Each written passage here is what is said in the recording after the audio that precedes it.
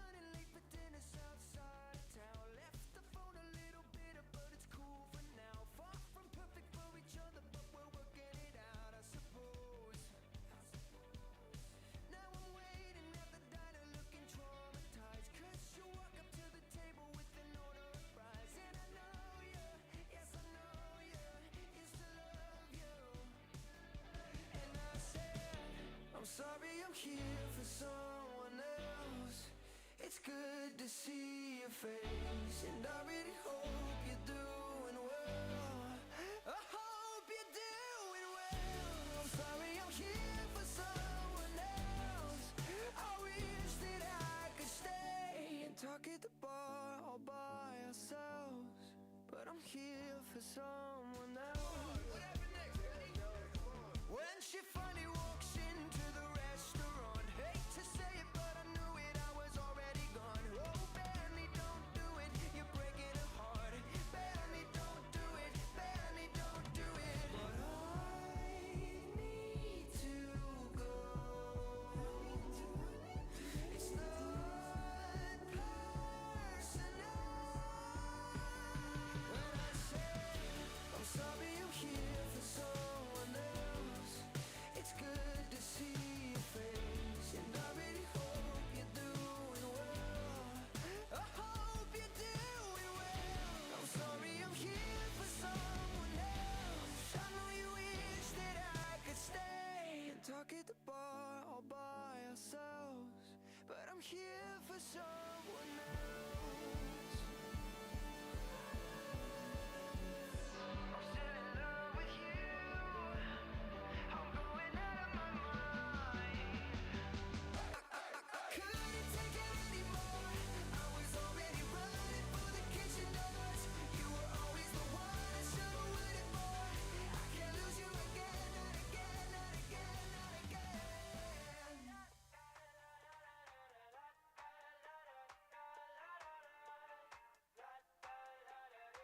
I got my head out the sunroof, I'm blasting our favorite tunes. I only got one thing on my mind. You got me stuck on the thought of you. You're making me feel brand new. You're more than a sunshine in my eyes. You got those pretty eyes in your head, you know it. You got me dancing in my bed, so let me show it. You are exactly what I want, kinda cool and kinda not. Wanna give myself to you. Yeah, we're driving down the freeway at night. I only got one thing in the back of my mind. I'm feeling like this might be my time to shine with you, with you, with you. I got my head out the sunroof, I'm blasting our favorite tunes. I only got one thing on my mind. You got me stuck on the thought of you.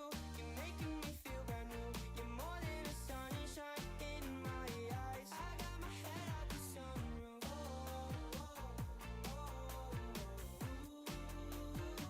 You got me stuck on the thought of you.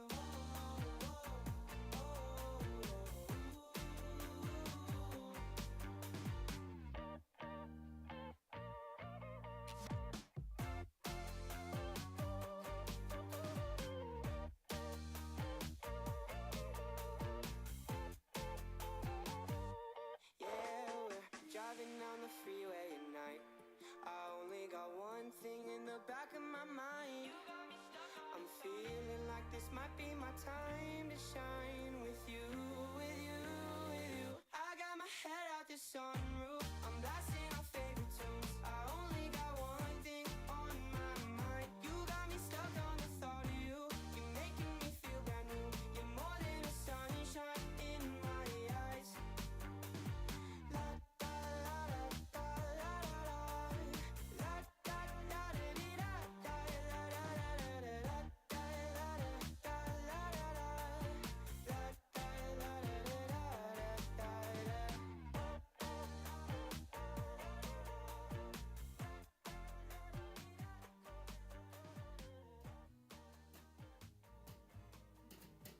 Don't know much about history, don't know much biology, don't know much about a science book, don't know much about the French I took, but I do know that I love you, and I know that if you love me too, what a wonderful world this would be.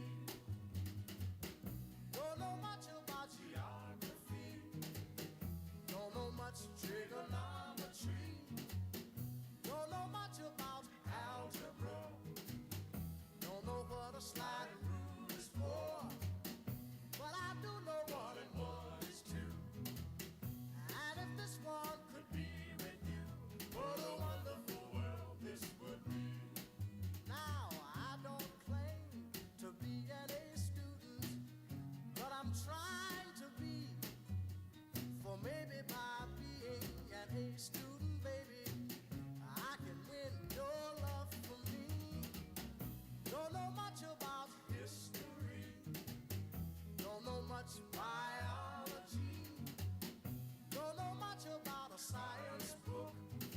May I have your attention, please?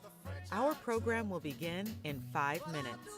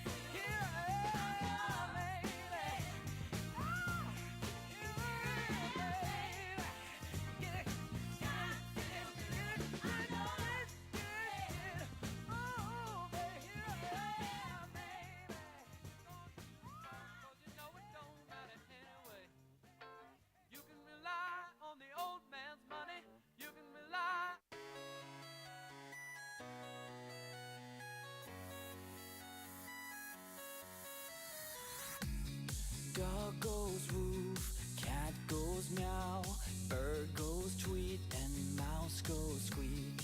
Cow goes moo, frog goes croak, and the elephant goes toot. Ducks say quack, and fish go blub, and the sea Please take your seats and silence all electronic devices. Our program is about to begin. What does the fox say?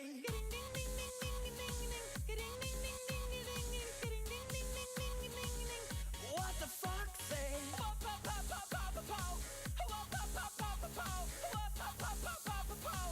What the fox say? Hatty, hatty, hatty ho, hatty, hatty, hatty ho, hatty, hatty, hatty ho. What the fox say?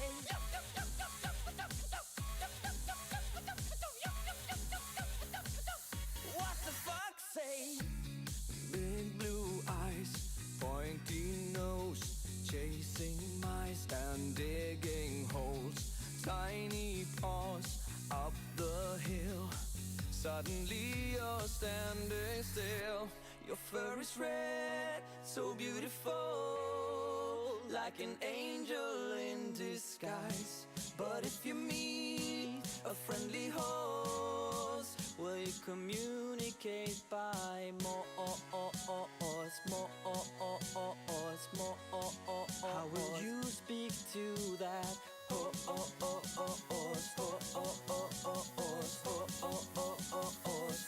does the fox say? What the fox say?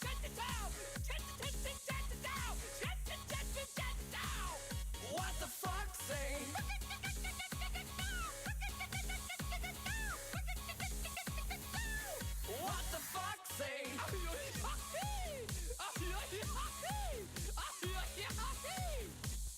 What the fox say?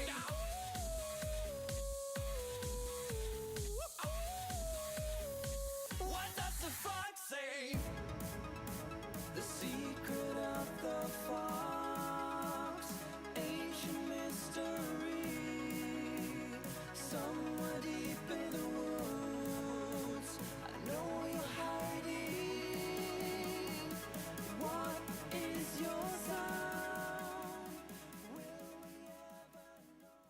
know? I'm ready to rock, man. Get ready, NEXA. This is unbelievable. They crush it. I'm so excited for NEXA Landing. It's our time. NEXA Landing. Legendary.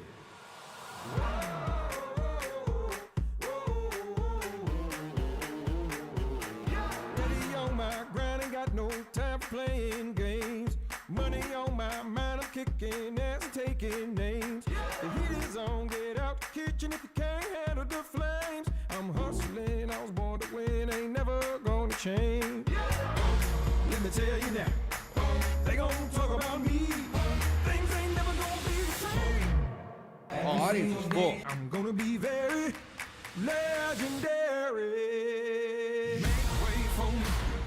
Make way for me.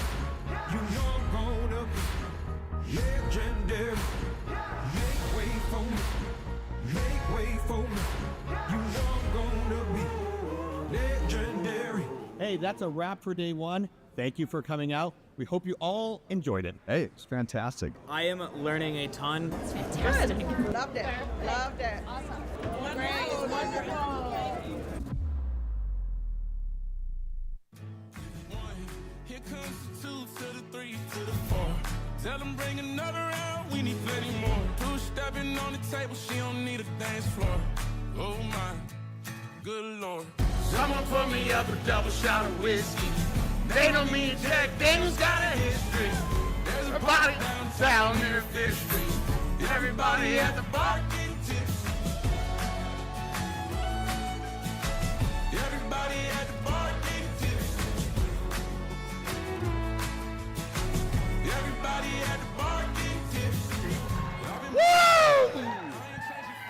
NEXA Landing. Day 2. Wow.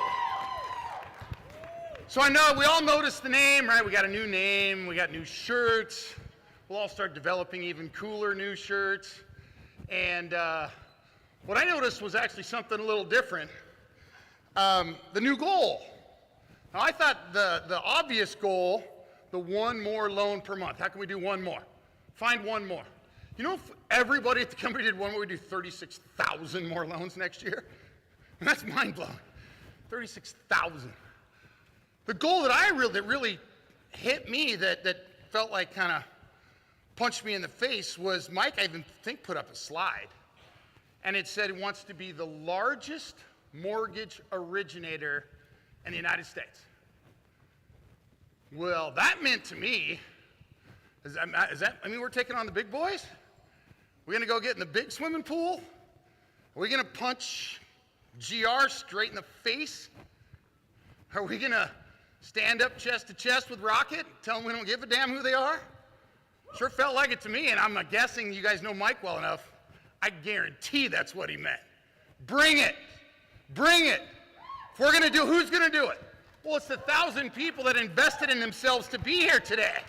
Hell yeah.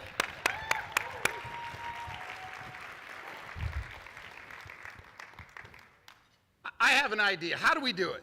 Well, we got lots of experts who are going to come up here and tell us little things at a time. They're going to help us. I got one for me that's just how I am. The next time Mike's going to love this. Basically, I'm stealing it from Mike with my own words. The next time one of your competitors sleeps in, get up early and steal some of their business. The next time one of your competitors bitches about it's cold, it's rainy, my tire's flat, steal their business. Right? Every time they find a reason to fail, we have to succeed. Every single time. I will take your business, I'll steal your business, I'll be moral. I might even smile when I kick your ass. But I'm kicking your ass. That's the place we're headed with all of you and everybody here with the same goal. To grow as fast as Mike wants to grow and still keep our culture and all those things, we have to be open-minded. So we intentionally brought this first gentleman up because I'm going to guess half this room, and I got to pull it up because there's a lot of info here, a lot of titles. Half this room is closed-minded to what he has. No, that's scary. Grandma's going to get pushed off a cliff in her, in her rocking chair, and come on. I want you to really go into this first presentation with an open mind, that it's a product that we can use to grow. 26 years of experience, $600 million in lifetime volume, unmatched passion, versatility, integrity with results. Holds, and I got to read these, certified reverse mortgage specialist designation. Only 200 people in the United States have that designation. So that must be a royal pin in the backside to get. 4 years as NRMLA Board of Directors, 26 years actively involved in a charity called Stars of Tomorrow basketball camp, which has helped over 2,000 kids through sports and membership. Father of two, dad, and a some sort of Texas Southern drawl, which I love since I went, if I'm in Dallas, I gotta, malfunction. If I'm in Dallas, I gotta dress like it. The National Director of Reverse Mortgage at NEXA Lending, Lauren Riddick.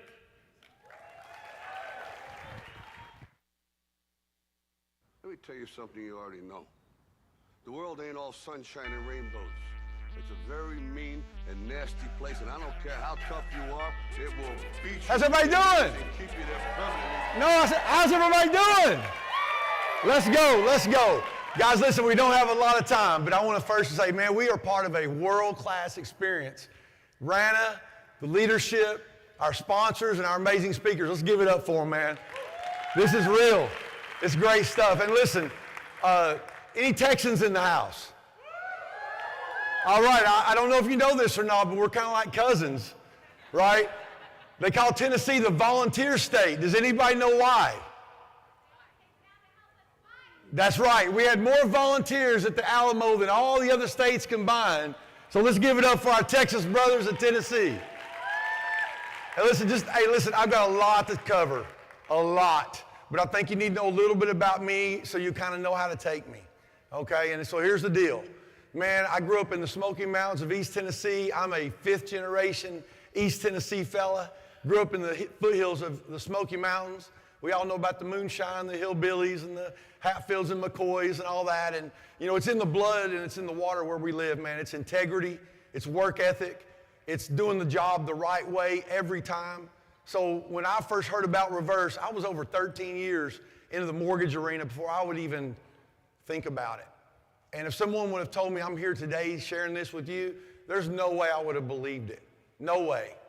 And I was a kind of a heavy, fat kid. When I grew up, I had two grandfathers that worked at the Alcoa Aluminum Company pot rooms. They used to employ about 25,000 people to develop aluminum, create and manufacture aluminum for World War II. And in the pot rooms was so hot, as I understand it, if you had a rag exposed out of your uniform that they worked in, it would actually catch on fire. It was very hot. And my grandfather was a union guy, but he gave his all for the company. And the union guys would say, Jay Marion, you work too hard for the company. And he would say, there's no way I can work too hard for the company. The company gives me an opportunity to have clothes on my back and food in my children's belly and a roof over their head. There's no way that I can do that. So I'm going to encourage you guys to follow Mike's challenge. Can we all do one more loan a month? Say yes. We can all do one more loan a month. Okay? We can all do that. And we can give our best to the company. It's going to give it back to us. And let me also just tell you one other thing. Yes, the reverse, we're going to get into that in a few minutes. There's only 2,500 reverses done a month. 2,500. That means if we at NEXA refer just one reverse a month, we will double what the industry even knows, and we will make a difference in double the amount of lives of seniors. But we'll get to that in a minute, because right now, you guys probably still think it's snake oil and voodoo. And the reality of it is, I'm only talking to a third of you. I wish I was talking to everybody, but 2/3 of you have already zoned me out, or you're hungover, or you're thinking about other stuff, you're on your phone. But you know what? I don't mean this bad, but I don't care. I'm only talking to a handful of you, and I hope you listen to what I'm saying, because it's from the heart. I was a fat kid when I was little. I had glasses this thick, and I wasn't a very good athlete. My dad was a Hall of Fame basketball player, and I always heard, are you going to be as good as your dad? And, you know, I kept working at it, but I was so bad when I was in elementary, actually very young, I was in coach pitch baseball. And I couldn't hit a baseball if it was a beach ball, my coach used to say. And he taught me to bunt. And one day he said, you know, Lauren, he said, it's time to bunt. And, you know, those of you who know me, I'm OCD like you read about. Okay, coach, I'm ready to, I'm gonna bunt. You know, and I got up to the batter's box and I'm ready to go. And everybody starts what? He's fat, he can't hit. And I got just pissed off about it. So I just stepped back and goes, shut up. He told me to bunt anyway. You know, and so the whole crowd got in the game, and I made it 2 or 3 feet. But I want to honor my coach today, Coach Don Larson. He's here at 77. He became a client. It gets better. At 78, he was a retired exec from Aflac before the Duck. At 78, he got his license, guys. And he'll be 86 in the spring. He's got 2 deals working right now. Don Larson, stand up. Stand up, Don Larson. That's my guy right there. Give it up for him. Give it up for him. And so, you know, and I used to get beat up a lot, man. I'll be honest, man. When I was in 2nd grade, I would ride the bus and I would come home with black eyes and bloody mouth. And I don't know, maybe that turned me into who I am. So I'm aggressive, I'm loud, I'm powerful, but I'm also unshakable. And so I just want to thank the Lord above for me being here, my family, my lovely wife, Missy, of 31 years, my family, all that. But, you know, that might help you understand where I'm coming from, because you may think this guy's a little over the top, but no, I am. I am. And about 1.5 years ago, the day after Easter, I almost died. Blood clots in my right lung. Boy, I didn't want to do this. But my wife was next to me. I saw her crying. I flatlined. I was in the ICU for about 3 or 4 days. And I had one thought, you know, when I come out of this, I've done enough. I've helped the children. I've helped enough people with the reverse. But there was something else that came inside of me. And it was, I wanted to still make a difference. And see, what you have to understand, who all loves Barry Habib? Barry's awesome. Barry and I have been working together for years, and he gave me the opportunity. I was supposed to do a podcast with him the day that I was in the ICU bed. And if I could have breathed longer than, you know, if I could have said more than 3 words, I would have tried to do it. Now, we eventually got to do that. But I'm so thankful to be here today, and I've got to go quick, okay? I've got to go quick. But I want you guys to ask yourself these few questions. Number 1. What would it mean to your mortgage practice if there was an opportunity to have a program, a product that gave your clients an optional mortgage payment? You didn't have to make a payment. They didn't have to make a payment for the rest of their life. And the kids still inherit the home and all that stuff. But what would that do for you if interest rate didn't matter? How powerful would that be? How powerful would it be to be positioned to get paid on cash deals with your real estate partners? Somebody say yes, right? How powerful would it be to show your realtor partners a way to up to double their income, their commission on a single transaction, and show them how to increase their listing and sales? Say yes. And let me tell you something. How many people get pissed off because there's a mortgage company inside your favorite realtor's office? Raise your hand if you get pissed off about that. They don't even know what we're talking about. There's less than 3% of our peers that even know what the hell HECM stands for. Home equity conversion mortgage, by the way. Okay? And finally, how amazing would it be to have the ability to be leveraged to get referral business from financial planners, elder care attorneys, and CPAs? If that sounds good, say yes. All right, stay plugged in. The most important, all right, this question. This is the most important question I'm going to ask you today. If what you thought about money, mortgages, and retirement was wrong, when would you want to know? How about today? How about today? All right, here we go. So, 2 facts. Every day, there's 10,000 seniors turning 62. Every day. There's over $14 trillion in senior equity that's not even touched. Say opportunity. Very nice. So here's the deal. The thing that I will tell you guys is this. Let me just tell you, in 2 minutes, you're going to know more than 98% of everybody in the country. Okay? Here's the deal. And I want y'all to play team and play with me, okay? Because we've only got 11 minutes and 19 seconds. Real estate agent is our golden goose. Am I right? Real estate agent goes to a listing and determines that there's 12 years left before Wells Fargo or a bank is paid off. Question, until they pay it to zero, who owns the house? Bank or client? Yeah, and we've got over 1,000 years combined experience and we all got it wrong. I used to say the same thing. The bank. We're wrong. How do you know this, Lauren? Well, it's very easy. Someone slips on a banana peel, front porch, while they're doing the listing agreement. Who do they sue, homeowner or bank? Homeowner or bank? Kitchen's jacked up, man. We want to get you top dollar out of your kitchen, out of your home. You need to remodel your kitchen. They don't call Wells Fargo to get permission to remodel Wells Fargo's kitchen, right? In all of our years, real estate or mortgage banker, let me ask you this. When's the last time Wells Fargo or the bank signed the purchase contract, the listing agreement, or the closing docs? Never. So who owns the home until foreclosure? The homeowner. So let's get back to what I said. It's the same deal. Okay, it's the same deal we've been doing. It's an optional payment.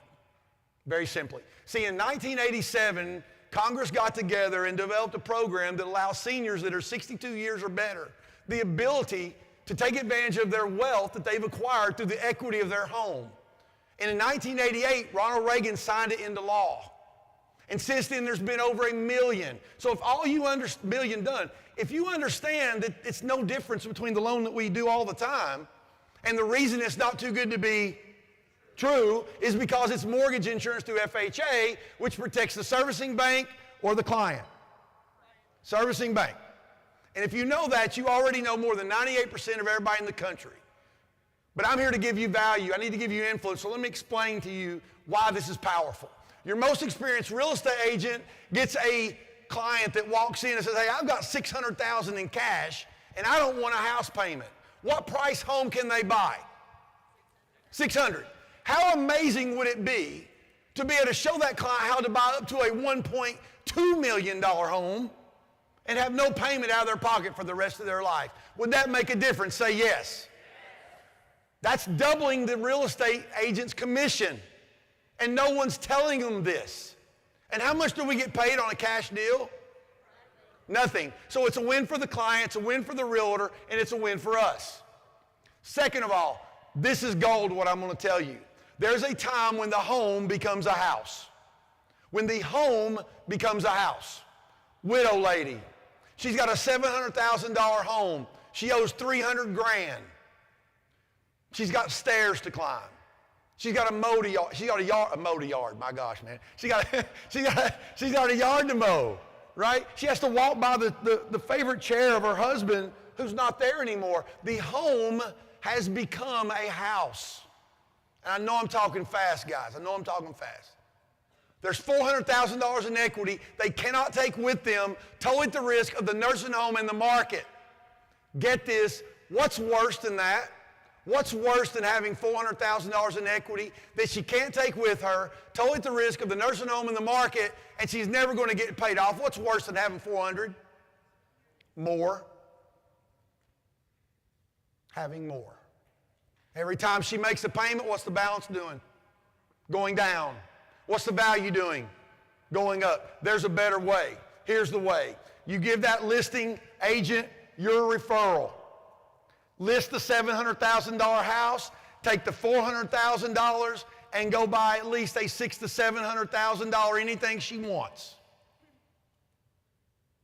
I'm going to say it again in another way. 2 parts cash, 1 part loan, and we'll get into this later and we'll talk about it in a minute. But here's the deal.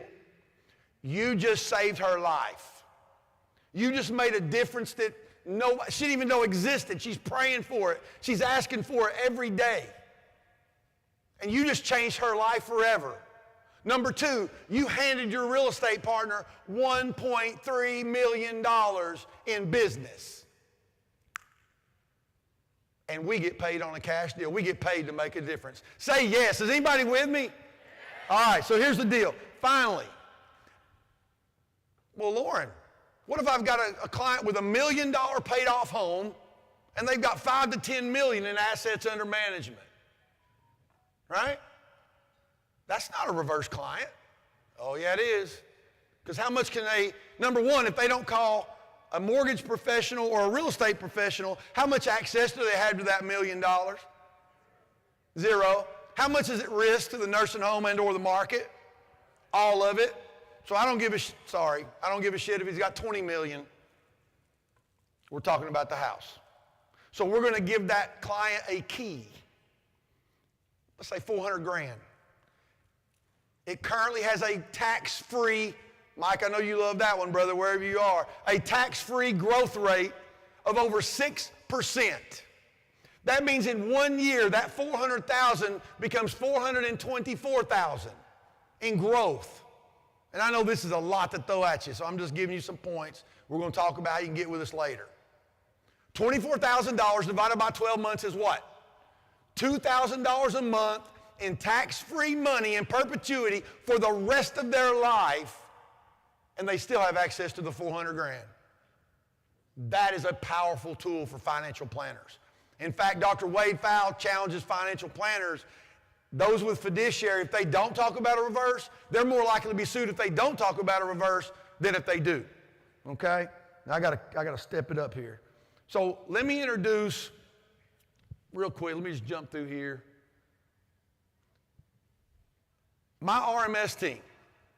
So let me say this. If you have done reverse, God bless you, keep doing it. We have a huge, huge opportunity here. A huge opportunity that we have. You see, the majority of the arena of reverse relies on the AE and even the very best, and we've got some great ones. But they're not licensed, most of them. They haven't sat at the kitchen table. They haven't been in the trenches. They're not us. Their job is to do what they do on the back side, not the front side. The help desk, God bless them. Stay at Holiday Inn Express last night, watch a Google movie, whatever. There's a difference. I had to go through the jungle with a machete to figure this thing out. And what we have with our RMS team is we have the ability to partner with you. It's a compliant way. So now you get to say, hey, my mortgage practice has a way to have an extension of my mortgage practice, rather it's connected at the highest levels of the industry. I have an entire dedicated reverse mortgage division professionals here with me in my mortgage practice. So you get me locally, but support at the highest levels. You see, this is a consultant. It's not transactional. In the reverse arena, deals are not missed by a few dollars. They're missed by a few words. Okay? They're missed by a few words, not dollars. And that's the difference. To be very frank with you, Most of my industry, they don't think we can do this. Brokers can't do it. You know, oh, we don't have the structure that we need. Oh my God, Lauren, you mean that they're going to allow people to keep doing reverse and they don't even, you know, they don't even know?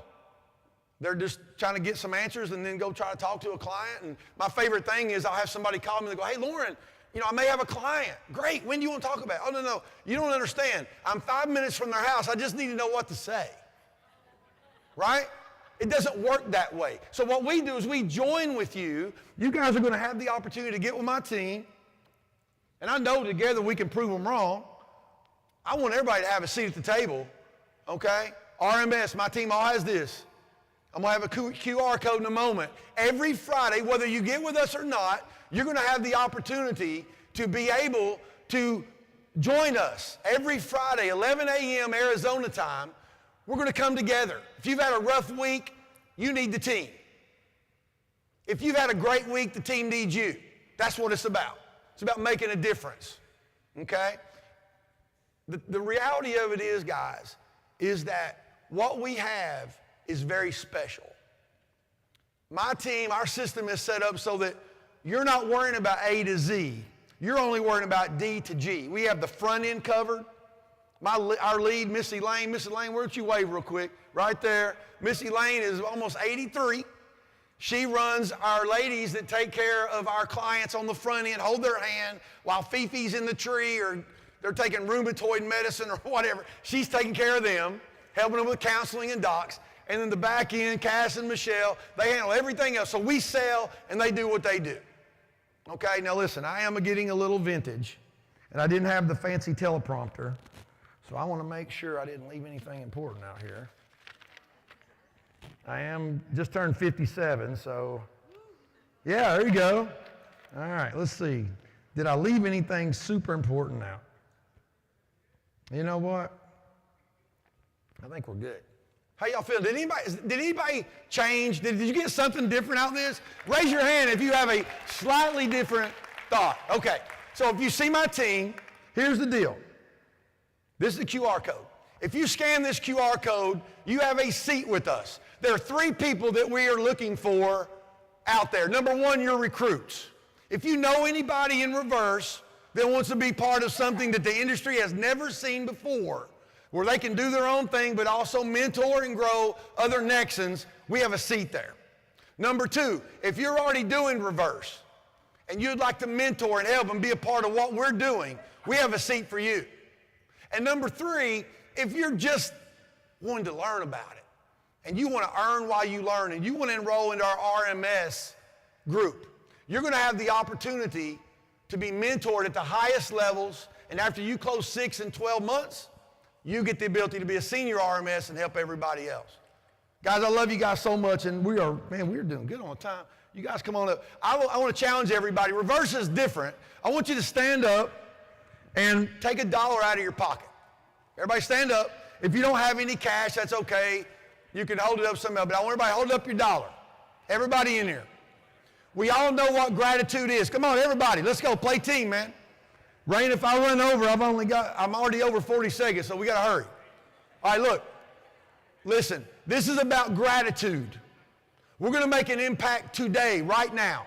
There are people that have been setting up this room for years, and they've never seen what we're about to do as Nexans.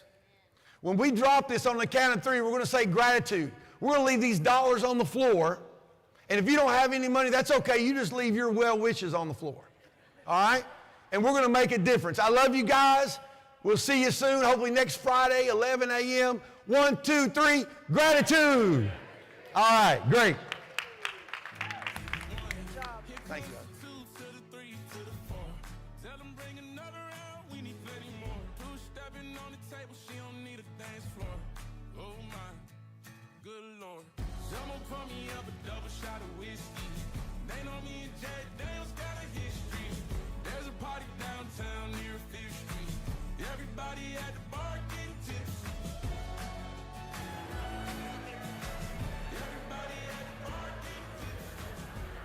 Wow. Dang, that was cool. That was different. I like it. Bring it, reverse. We have a lot of partners that are going to have to help us grow. If we're going to take on the big boys, we need partners that are there for us every day, right? When your loan's perfect and clean, we don't need them. It's like technology, right? It's great till it sucks. We need partners. And we have so many great partners talking today. And the next one is a perfect example. He's the Chief Client Officer at United Wholesale Mortgage, 20 years building, leading the #1 wholesale lender in the United States, known for leadership-driven approach. He's deeply committed to connecting brokers, visiting offices all over the country, ensuring UWM remains the strongest partner they can possibly be. I know when I was trying to find stuff about Alan, almost every comment said something about team. Like he couldn't really talk about himself or his company without mentioning team. And I felt like that really stood out in the bios. Chief Client Officer, United Wholesale Mortgage, Alan Baydoun. You're welcome.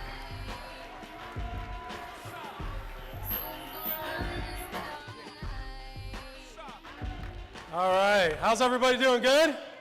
Hey, real quick, let's give it up to NEXA Lending Leadership Team. What a tremendous event. I'll tell you guys what, I get to travel all over the country. I probably visited over 4,000 offices. By far, this is one of the best events I've ever been to. So great job to Mike, Raina, everybody, great job. Like, really, getting people in here. There's 1,000 people here coming over from across the country, flying in. Like, this is a pretty big deal, right? NEXA Lending 2025. See, notice, Mike, I didn't say NEXA Mortgage 2025. All good. All right, so my name's Alan Baydoun. I'm the Chief Client Officer at United Wholesale Mortgage.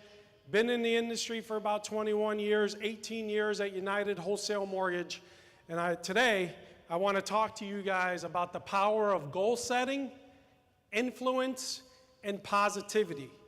And at UWM, we're real big on positivity. We're real big on adoption. And we're also real big on setting goals, whether it's personally and professionally, because you can't just have professional goals and not have personal goals.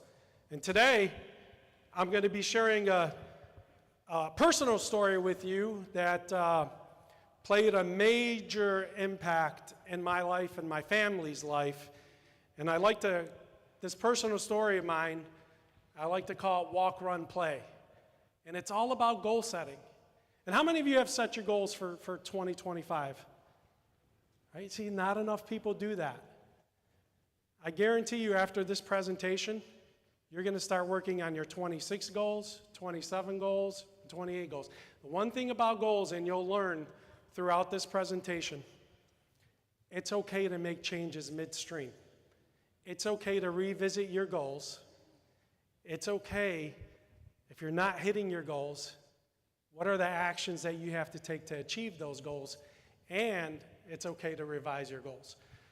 So, back in 2015, I sat down with my 3 boys, with Sam, Mike, and Zane. At the time, I think Sam was 14 years old. Mike was 11, and poor little Zane was 8, right? And I sat down with these 3 guys and I said, hey, let's set some goals. I want you guys to, number 1, dream big. Number 2, have a little bit of reality. And number 3, I want you to think about your goals every single day. But today I got a special story for you. I want to talk about my son Mike's goals. I don't know if you can see these goals up here, but these are the goals that he wrote down at 11 years old.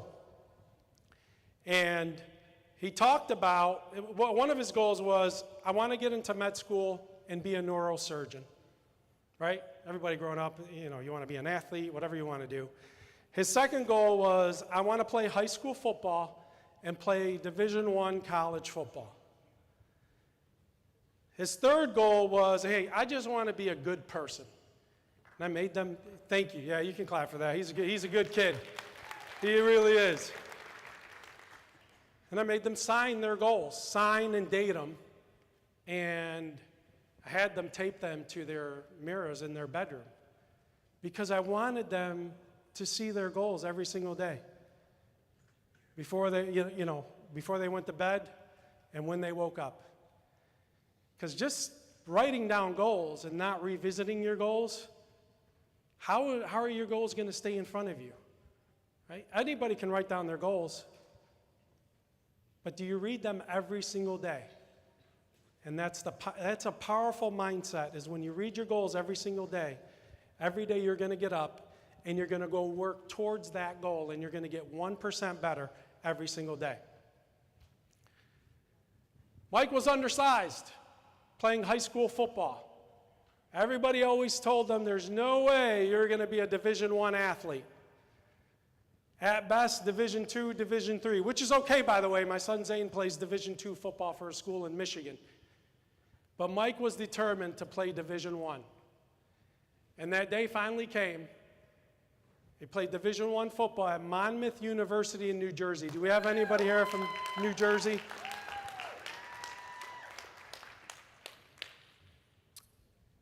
He was so happy, got his offer, full-ride scholarship. He achieved one of his goals. Mark it off the list. This is Mike taking the field for the first time ever as a Division I football player. Actually, that week, this picture was taken the week they traveled, and he was the only freshman to dress that week to travel. That's a pretty big deal.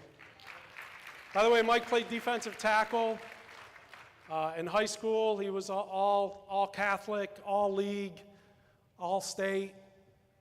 Tremendous career.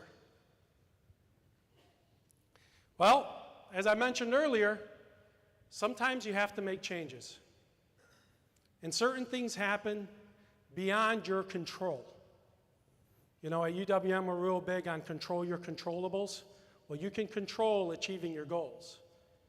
And when things happen, you have to be able to adjust. October 2023, after countless surgeries, 21 of them, I watched my 19-year-old son sign endless consent forms to have his leg amputated later that day.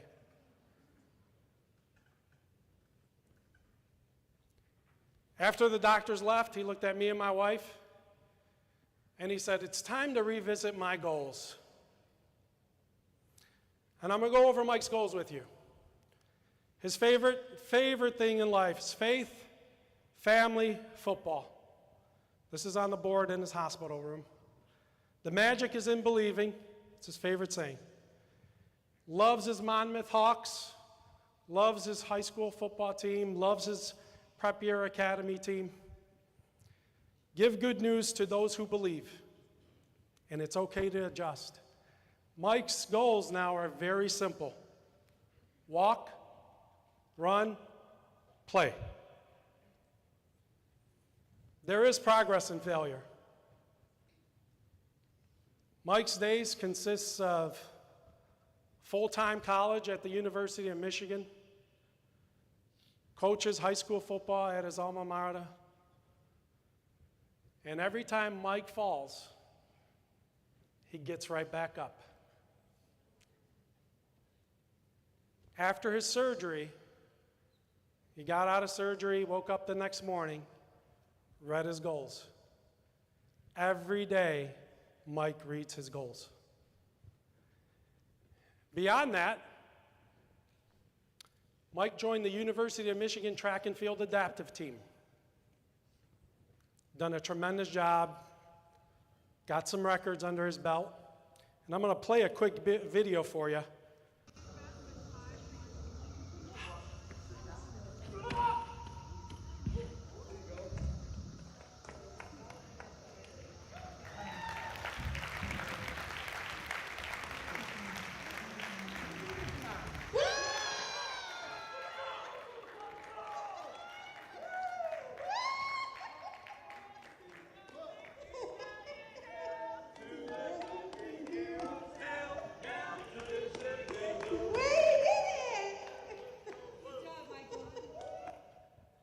This is 1 year after his amputation.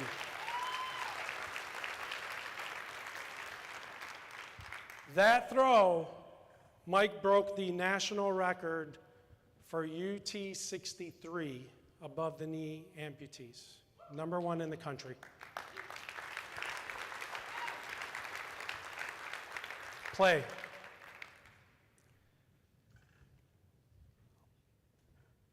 Mike is always real big on fitness, real big on working hard, setting different types of goals. And he said, "Dad, I never want to let my amputation get in the way of what I want to thrive, what I want to accomplish, what I want to do." Think about what you do on a daily basis. Think about the market. Do you get up every single morning and say, "Oh, you know, the bond market's up today, well, I'm not going to go to work"? No. That's why you're in this room. Because you get up every single day and you strive to get better. Whether it's 1%, whether it's 5%, who cares what the bond market's doing? It doesn't really matter. Because you control your controllables. I'm going to play another quick video for you. This was about 6 months ago. And you tell me if you can't get up every single day, serve your clients, be 1% better, have a positive attitude, make a positive impact on somebody's life, and be there for your clients, be there for your family, and be there for your business. You tell me, if you were in Mike's shoes right now, are you going to strive to do this?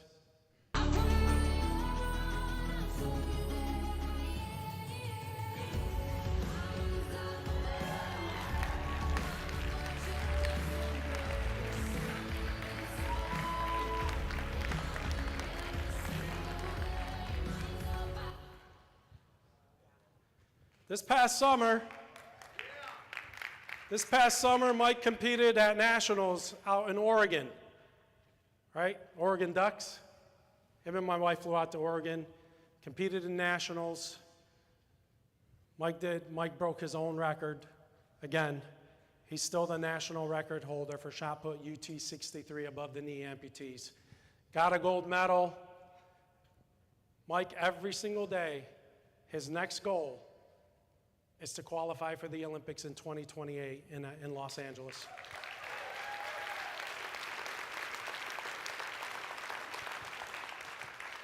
On his phone, you look at his main screen, it's got a caption in there. It says Olympics 2028. He was this close qualifying for the American team this year to go out and compete in the World Champions. But it's pretty hard, for him, because when you compete at this level, you're competing against people that have some sort of amputation or some sort of disfigure in their arm. So Mike's goal is definitely to compete in 2028 and qualify for the USA team. And hopefully you guys will all cheer him on when you see him on TV.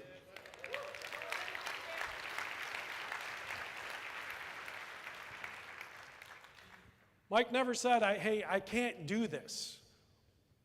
Or lying in his hospital bed for 120 days. I'm struggling. He never said that. I'm in pain. He never said that. Kid's always been positive. It's because from an early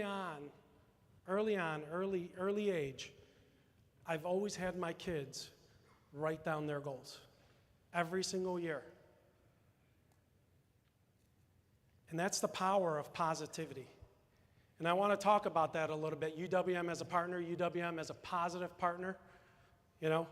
One of the things that we take great pride in is helping you grow your business, right? And so we don't have a retail team, we don't have a retention team. Our main team, and you guys are an extension of us because we're not competing against you, is you. The things that you do on a daily basis affects your processor, affects your family, affects NEXA lending, affects the whole broker community. And it affects the 10,000 people at UWM. How many of you have been to United Wholesale Mortgage?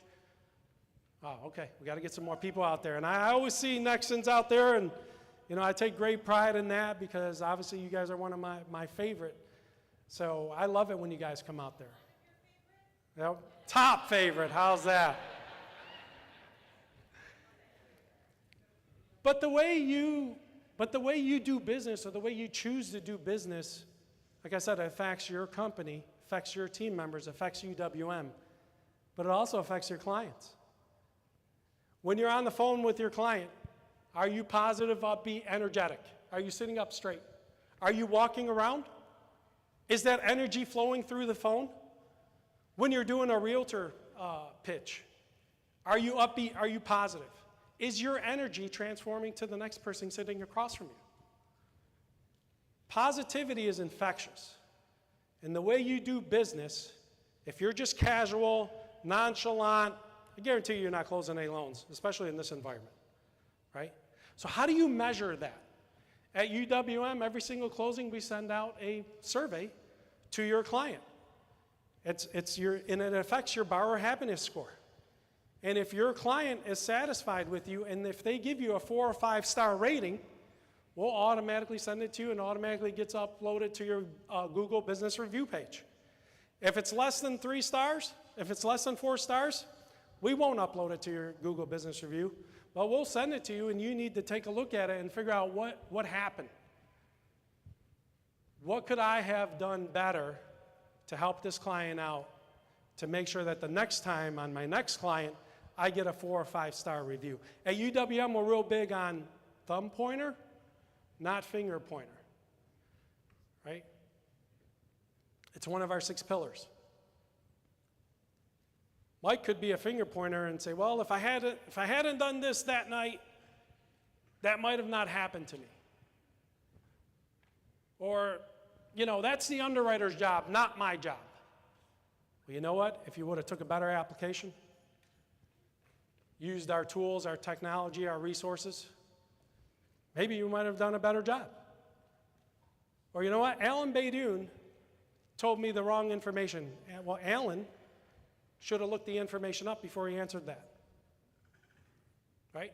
Success Track. I talked about it a little bit. When you go to Success Track at UWM, and you walk through that building, and everybody's seen our north building, our south building, our sports complex, 10,000 people. And I think Mike hit it on the nail yesterday. He said, yeah, you can pick up the phone and call any underwriter. You can pick up the phone and call your closing team. You can pick up the phone and call your account executive. You can email them, call them, whatever you want to do. 10,000 people. How many of you have taken your realtors out to UWM for a realtor success track? How many realtors are in this room? If you're dealing with a Nexan, ask that Nexan to take you out to UWM. We'll fly you out there. Don't worry about the ticket charge. Don't worry about the hotel charge. We'll take care of that. Just come and attend one of our classes. Classes about processing. Classes about originating. Classes about social media. There's so much that we have to offer. I believe it's over 40 or 50 classes now. It's all free. It's a resource. As an originator, as an independent mortgage originator, if somebody is giving you something for free and wants you to grow your business, why wouldn't you take advantage of it? It's mind-boggling to me. Every week, well, recently the past 4 weeks, we've had over 1,000 people come through our doors at UWM every week for the past 4 weeks. Usually we average around 700 to 800 people that fly across the country to come out here and attend our Success Track classes. And I guarantee you, going to Success Track, using our resources, if you're closing 5 loans a month right now, 6 months from now, you might be closing 7. 12 months from now, you might be closing 10 a month. And the best thing is that you get to sit in those classes with other people from across the country, sharing best practices, walking away with stuff that's going to help you grow your business. Because guys, listen, we're not competing. Everybody in this room is not competing against each other. We're not even competing against other brokers. You know who we're competing against? Right? Retail. 76 or 75% of the market. So if you think you're competing against her and she's competing against you, you're wrong. And then I don't know if you guys saw the big news yesterday. I'm so happy that we have a president and CEO who's so passionate about growing the broker channel, growing the broker community, that yesterday UWM announced the biggest name signing rights in NBA, WNBA history at the Phoenix Arena, which is now called Mortgage Matchup Arena. Everybody know what Mortgage Matchup is? Well, right? All goes off of your pro rankings. We literally yesterday, hundreds of thousands of more leads came through Mortgage Matchup than it ever did as soon as we announced it. You know, Matt Ishbia isn't only a UWM owner, he's a basketball owner. He's very proud of what he does, but he never forgets his roots. What's built his business, what's built us personally and professionally is working with people like you. And he had the opportunity to let us go in there, take over those naming rights. $115 million is what UWM paid to put that information out there.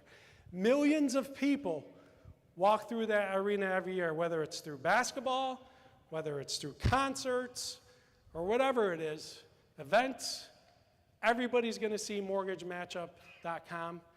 And I suggest that you're working on your pro rankings. If you're not, make sure you get with your account executive, because these are golden leads. And people know that we're about to take over this whole channel. So there it is. Look at that. That's what it's going to look like. The rendering should be up really soon. How many of you are from Phoenix? Hey, how about the Phoenix Mercury? Right, they're in the finals. All right. But also, I talked about leveraging your tools for success. Partner services team, everybody scan that QR code if you get a second. If not, we'll get it out to you. We're going to help you with recruiting, which you guys love, marketing, training, licensing, growth, everything under one roof. We'll take a look at your social media. We'll take a look at your websites. We'll make sure that you're on point. By the way, a lot of people pay a lot of money for this. I think it's like, something like this costs $6,000 or $7,000 a month. I've seen it upcharged to like $10,000 a month. We're only going to charge you $1,000 a month if you use this service. I'm joking. It's free. Using AI and technology. Matt always talks about being an early adopter, right? Think about what Mike went through. If he wasn't an early adopter on his goals, he'd be left in the dust for what's happened to him. Positivity, early adoption, right? Real quick, before we flew back from Jersey to bring him home, Mike enrolled at the University of Michigan from his hospital bed because he was searching for schools that had a track and field adaptive team. Early adoption. Early adoption, Chat UWM. Anybody in here using Chat UWM? Right? Like, I use Chat UWM for everything. Guidelines, help me with my presentations, everything. Summarize this information for me. Chat with a document. Chat UWM is available 24/7. One of the best AI tools out there in the country. And by the way, if you walk through UWM, we have close to 3,000 people in IT. 3,000. We don't use a third-party vendor for anything. Everything's done in-house. Because if you know Matt Ishbia, he's not waiting on somebody else. He wants it done now. Chat UWM is one of the most powerful tools you have at your fingertips. Make sure you use it. And then Mia. You know, a lot of talk about Mia out there. And I know sometimes, hey, well, I don't want you calling my client. Yeah, I'm not calling your client. You're calling your client through Mia. It's free. Oh, hey, I don't want anybody calling my client when rates drop. I'll call them.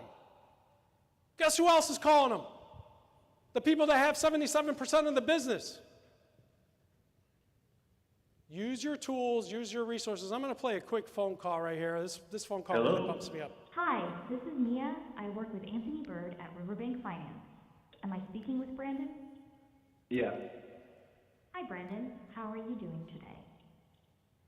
I'm all right. Can I ask why you're calling? I'm calling today because I have some good news for you. Anthony has reviewed your loan, and he might be able to help you lower your interest rate if you refinance today. Would you be interested in discussing this any further with Anthony? Sure. Great. I'll let Anthony know that you're interested in learning more about refinancing and how it could potentially lower your interest rate. He'll be able to go over all the specifics with you and answer any questions you might have. What would be a good time for him to give you a call back? Sometime later this afternoon, maybe? Later this afternoon? Got it. I'll let him know. Is there anything else I can help you with right now? Nope. All right, Brandon. I'll make sure Anthony gets this message and reaches out to you later this afternoon. Thanks for your time and have a great day. Most intelligent agent ever right there. Mia, sounds like a real person. You get your own dedicated line, get your own dedicated phone number. Best practice I've seen throughout this whole process is when you attend your closings or you go to your closings or you talk to your client after they close, you give them your Mia phone number. This way, when Mia calls them, she'll know that it's you calling because it comes up as your number, your information. Free. Doesn't cost you anything. And then how brokers can use positivity to grow. I think I touched on that. Just be positive. It's okay. Every analyst out there is going to tell you, oh, the market's doing bad, or this is it. Control your controllables. You control how many applications you're going to bring in today. You control how many presentations you're going to do today. You control how many people you're going to get in front of today. It's contagious. I just want to take this opportunity to thank you guys. Thank you, NEXA Lending. Hopefully Mike invites me back here next year. Love being with you guys. Thank you so much.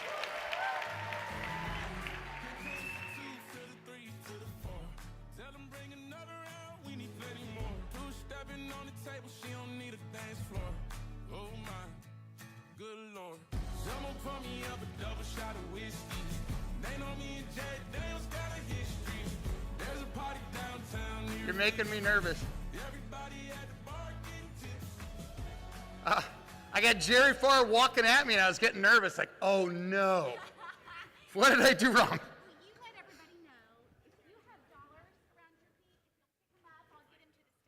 Dollars, if you have them around you, maybe just put them on a stack on the table. We're going to get them picked up and get them to the staff for all their great work. And thank you. Look at this wad of cash. Very nice. Thank you, guys. Lacey, nationally ranked realtor, top 1%. Largely, her business is TikTok. Lifetime over $100 million in closings directly from TikTok. Right? The thing that I want to tell you is I've seen her talk. You should have your notepad out. She is very specific. She's no fluff. She knows what to do, how to do it, knows her stats, knows what's going on, tells you what to do, simple stuff. I'll give you the story that stuck the best with me. The last time I got to see her talk, she said, all right, you're old, you hate technology, and you have 0 right now. That's the way she talks. And it was like, how about this? Put up one picture and count that in your head as you just earned $1. I'm like, Lacey, that's $1? I mean, you know, we hopefully work for more than $1 an hour or $1 a minute or whatever it is. It's like, all right, but what about at the end of the week if you've put up 7 pictures? Now you may count that one as $7. You get $7 for that one. At the end of the year, when you've done 360, you have 360. That one post is going to count as $365. Every single day. She was like, every single day, John, Post something. Every one of them's worth $1 more at the end of 5 years. You do $100 million worth of business. Again, I suggest you have your notepads out because you'll get very specific. It's very helpful. Lacey Brucci. I didn't call it that. I didn't call it the queen of the kid. And they need some really big rings. They need some really nice things. Better be coming with no strings. Better be coming. Hey guys. Fun fact, I walked out to that during my wedding song and I thought it was really funny. So that's why we did it today. I am a really big believer in honest conversations. Are we a big believer in honest conversations in this room? Is that okay? Perfect. I really do appreciate that. And if I can have an honest conversation, would you do me a favor and say, hell yeah? Hell yeah! Tight, because I get it, it's early, we got to get some coffee going, and I understand that. So the first thing that I want to tell you is, number one, market kind of sucks. Real estate market kind of sucks. I'm a realtor. I know the real estate market kind of sucks. And because I know the real estate market kind of sucks, I know that your referral partners who are also realtors probably aren't referring you as much business as they have in the past because the market sucks, am I right? I get that. Hell yeah, that's exactly correct. That's what I like to hear. You wake up in the morning, you gotta tighten your belt, you gotta sit down, you're like, man, I am the primary breadwinner of my family. How do I make sure that we are safe and protected and healthy? Because when we talk about making money is only there so that way you can afford the 2 tires whenever you blow them out in the middle of the day while you're driving through Dallas's construction. Ask me how I know. Ask me how I know. Because about 7 years ago, I was dirt broke. Dirt broke. Had an MBA, had 3 bachelor's degrees, dirt broke. Here's what happened. I trusted the wrong person. That wrong person ended up taking about $250,000 from me. And my friends who I had raised money with. And I decided, because I'm the person, this is me as a human being, I decided that I'd rather hurt every day because I didn't have a wife yet, I didn't have kids yet, I only had a dog and she was 12 and she was fine. She's a golden retriever, she'll be fine. And I decided that I was gonna make sure that those people were protected. I wanna make sure that they're insulated. I wanna make sure that my bad decisions don't reflect poorly on them, and if anyone's losing money today, it's gonna be me. So I built a house in 2 years, which you guys are in lending. Imagine how much money I paid on fees. That's the $250,000. My best friend found me sitting in the middle of a construction site, drinking a 32-ounce White Claw and a slice of pizza because that was all I could afford and the tears were free. And I decided at that moment that I was never, ever, ever going to feel that way again. I was going to do everything that I could to make sure that I was financially free and never had to feel that way ever again. Can I get a hell yeah? Hell yeah, that's what I'm saying. So, in order to do that, I went and did every type of advertising you could possibly imagine. Possibly imagine. Facebook, YouTube, every mailer you've ever read about, everything I could have possibly done, Instagram, door knocking. I'm shocked I am standing here today as a resident of Texas after doing door knocking for a month and a half and no one blew me away in the neighborhoods I was working. And one day during COVID, I decided, and this is a true story, I'm not even being funny, but it is kind of funny, I decided I was gonna take a Mexican Adderall and I was gonna figure out TikTok. Why not, right? We're not doing anything else. I got a case of wine. I can figure this out, no problem. So I sit down and I learn the algorithm of TikTok, and I'll get to what the algorithm is, because the goal today is I'm gonna tell you a story, you're gonna feel good about it, we're gonna giggle, and then I'm gonna take you into the exact whys and hows and whats, so that way you can take it and implement it for yourself. Because, quite frankly, if an overweight lesbian can be on TikTok, there is no reason that you shouldn't be able to do well either. No one's paying me to shake my chi-chis on the stage, y'all. They're just not. I wish they would. I really wish that they would, but they don't, and that's okay. So I'm gonna give you the secret sauce, and before you think TikTok is for children, I want you to look at this slide right here. This shows the highest overall engagement is on TikTok. It is not on Instagram, it is not on YouTube, it is not on LinkedIn. Though LinkedIn is a close second, TikTok is where there is a huge market gap. A huge market gap. I close about $18 to $20 million a year directly from TikTok.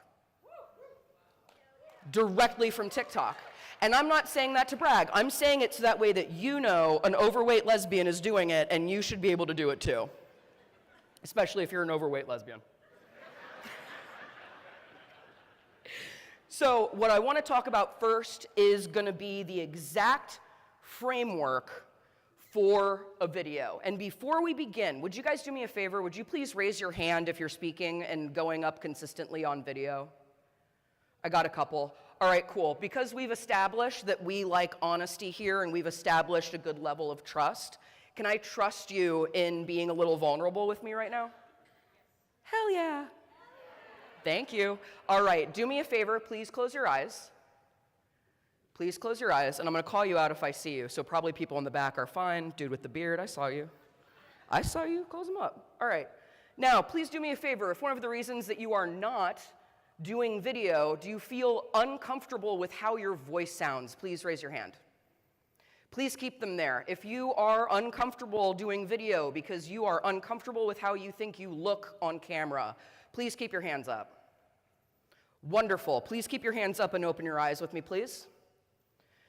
Your feelings are literally 90% of the reason why everyone in this room will not do what I am going to tell you to do. It is very important to recognize that because A, you're not alone, B, it's uncomfortable, and C, your level of uncomfort is the currency that you are going to pay in order to start getting leads this way. Because this way that you get leads is free.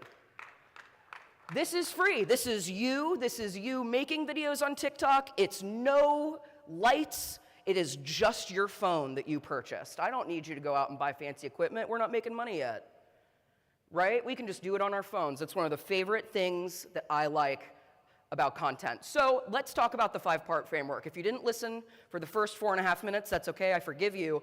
But this is exactly how I'm gonna break down the perfect video so that way you can hack TikTok's algorithm, okay? One of the things that we need to do is show up being authentic, being loud, being happy. I get that. However, we also need to play with the algorithm. So the first thing we're gonna do is it is a hook. It's identifying a problem. It's introducing yourself. It's a call to action. It's the rest of the problem. It is a hook, a problem, an introduction, a call to action, and the rest of the problem. Some examples of hooks, and if you are wondering where you can go find hooks, I should have put this on a QR code, and I'm sorry about it, but you're gonna go to ChatGPT. We all use ChatGPT, right? Kind of the basic level of AI. So you're gonna use ChatGPT, and you're gonna go over to a custom GPT. You're gonna search for hook generator, and it's by a designer called Blotato, like a bloated potato. Okay, Blotato. You are going to type in what you are going to talk about, and it will generate 10 viral hooks for you immediately. That was done by Sabrina Romanoff. She owns an AI company and has sold many in the past, but her whole goal is to make sure that people understand very basic parts of video creation, and that's one of them. So there are some hooks that we want to always focus on. Number one, things that people like are negative. 10 reasons why you're probably going to hate living in Dallas, Texas. 3 things I wish I knew before I moved to Frisco. Then we're going to talk about money-saving techniques. For loan officers, fantastic. Here's how you're going to save $10,000, and it is not with seller credits. Here's a loan program that no one's telling you about because it's gate-kept. I wish I knew this before I bought my first house, and I'm in lending. I wish I knew that I needed to save X amount of dollars in order to purchase a home. Then we're going to do local. If you're in your local market, mine's Dallas, Texas, we are going to say these are some of the grants in Texas that can save you $10,000. Do you know what one of the most searched terms is right now in lending? First-time homebuyer grants, first-time homebuyer credits. These are going to be the people that you find on TikTok, and I will tell you how you are going to do that. Next up, we have a call to action. This call to action is not, call me. Hey, if you have anyone looking to buy or sell. Hey, if you know anyone who wants to refinance. Hey, if you know anyone who might need a mortgage lender who doesn't suck. If you might know anyone who doesn't want to work with the trash over at Rocket Mortgage, I'm your gal, right? They're trash, we all know that, right? Hell, can I get a hell yeah? Awesome. Boom. There's Big Daddy. All right, so my calls to action are not, they sound money hungry. And the whole reason that we want to make videos is to educate. I am educating you consistently. I am never asking for your business. The whole reason we are going to do this is to educate. So your calls to action are now based off of the platform that you are on. If it is TikTok or Instagram, you are saying things like, hey, by the way, if you think this might work for one of your friends, make sure you send it. Hey, I know you're really busy today. Would you do me can you just make sure you favorite this so that way you come back? And I don't do the call to action at the end because I want the first minute of the video to go something like this. Hook, introduction to the problem, introduction to you, call to action, problem. The reason I do that is because I'm gaining the algorithm system. I know that I need to have 50 seconds of watch time on TikTok in order for that message to be pushed. In order for TikTok to start pushing my content to people who I think will like it more. So I'm gaming the system by doing that. Here's what I mean. A very honest video that I did recently was, here's 3 things about Dallas, Texas that I think is gonna piss some people off and it's gonna get me in a lot of trouble. Thing number 1, I think mi cocina is for white people who think mayonnaise is spicy. The Mexican food is not good. And I'm saying that, right? It's okay, we can laugh at how white I am, it's fine. By the way, if you don't know me, my name's Lacey Brucci. I'm a real estate agent in town. I sell between 40 and 45 homes per year. I don't say that to brag. I say that so that way you know what I know what I'm talking about. So we've already established mi cocina as Mexican food for white people who think mayonnaise is spicy, and here's how I know that. Every time I go over to mi cocina, they decide that they're gonna give me hot sauce whenever I ask for hot sauce, but their hot sauce is Tabasco, and it's weird. Then, the next thing that I talk about is Dallas, Texas property taxes reassess every year. And this is something that you need to know if you are going to be purchasing a home. The introduction that I have given is a little funny, phenomenal. Little funny, I have said who I am and why you should trust me, and then I have told you the problem and what is going on. That immediately is 55 seconds to a minute. All I'm doing is just gaming the system whenever I talk to that. I talked about hooks that work. Now, this is probably the most important part of this conversation, is how do people find you on places like TikTok? TikTok knows what you are saying when you put captions, when you put closed captions underneath what you're saying. So as I am talking, I want TikTok to say exactly the things that I am saying. Because TikTok can't hear me, it can see the words that are on the screen. It sees the words that are on the screen. So if I drop an F-bomb in the middle of my video, which your girl's been known to do from time to time, I don't type in that F-bomb inside of TikTok because I don't want TikTok to take it and push it away, right? I put something in there like a duck or a peach. There was one video I did with a lot of ducks recently, so it was kind of funny. So now that you know that, TikTok finds you with captions. Now that you know that, I need you to think about how we speak. Hi, my name is Lacey Brucci. I'm a real estate agent in Dallas, Texas. Hey, my name is Lacey Brucci. These are 3 things that I wish I knew about Frisco, Texas before I moved here. Dang, 3 neighborhoods in Frisco, Texas that are crushing it right now. Do you guys know about Meritage Home Builders? They are phenomenal new construction over in Forney, Texas. I am peppering everything with search engine optimization. Real estate agent in Dallas, Forney, Texas real estate, new construction, Meritage. So what I recommend you do is while you're talking, while you're filming your video, for the first couple of months, I want you to have 3 things in your head that you want to be found for based off of that video. Is it a refi? Is it what's going to happen with student loans now that the government is shut down? You probably still have to pay them, right? Is it going to be any sort of home buyer grant? Is it going to be a location? Is it going to be a type of loan product that we have? What are we going to get searched for and found?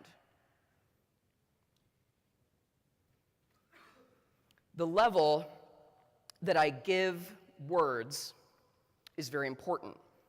Captions, what you are saying with your mouth and what TikTok picks up, is the most important. The second most important is what we call a description. That is what the video is about. I usually pepper that with SEO as well, and I will put it into ChatGPT, tell them the 3 things that I want to be found for, and have them write something out for me. Hashtags I don't care about as much. Hashtags aren't as helpful anymore, and that's okay, but I will say I use hashtags in a very different way, I think, than a lot of people. I want people to be able to find me on the internet. My name is Lacey Brucci. Spelling that is an actual nightmare. So what can I do so that way my people can find me a little easier? I do a hashtag every so often. I don't do it on every video, but I do a hashtag that is straight up lesbian, glasses, blazer, Dallas, real estate. If you pop it into your TikTok, you're going to find me. And it's because I don't say those words on camera. I'm not like, by the way, if you're looking for a lesbian who wears glasses and blazers in Dallas, Texas real estate, you're going to want to follow me. Because that's weird. They can figure that out themselves. I dress this way for a man.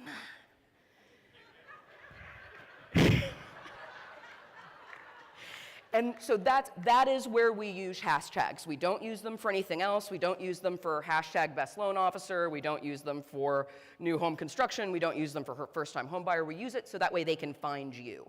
So either like a wedding that you had 10 years ago where everyone had one hashtag, that is either your hashtag now, or it's a description of you so that way people can find you later on, because that is how I want people to know exactly where I'm coming from. I have 3 minutes left, so I'm going to go really fast. Is that okay? Tight. Next thing that I want to talk about is how do I find things that I can actually speak about, and there are 3 ways to do this. Way number 1, I go on Reddit.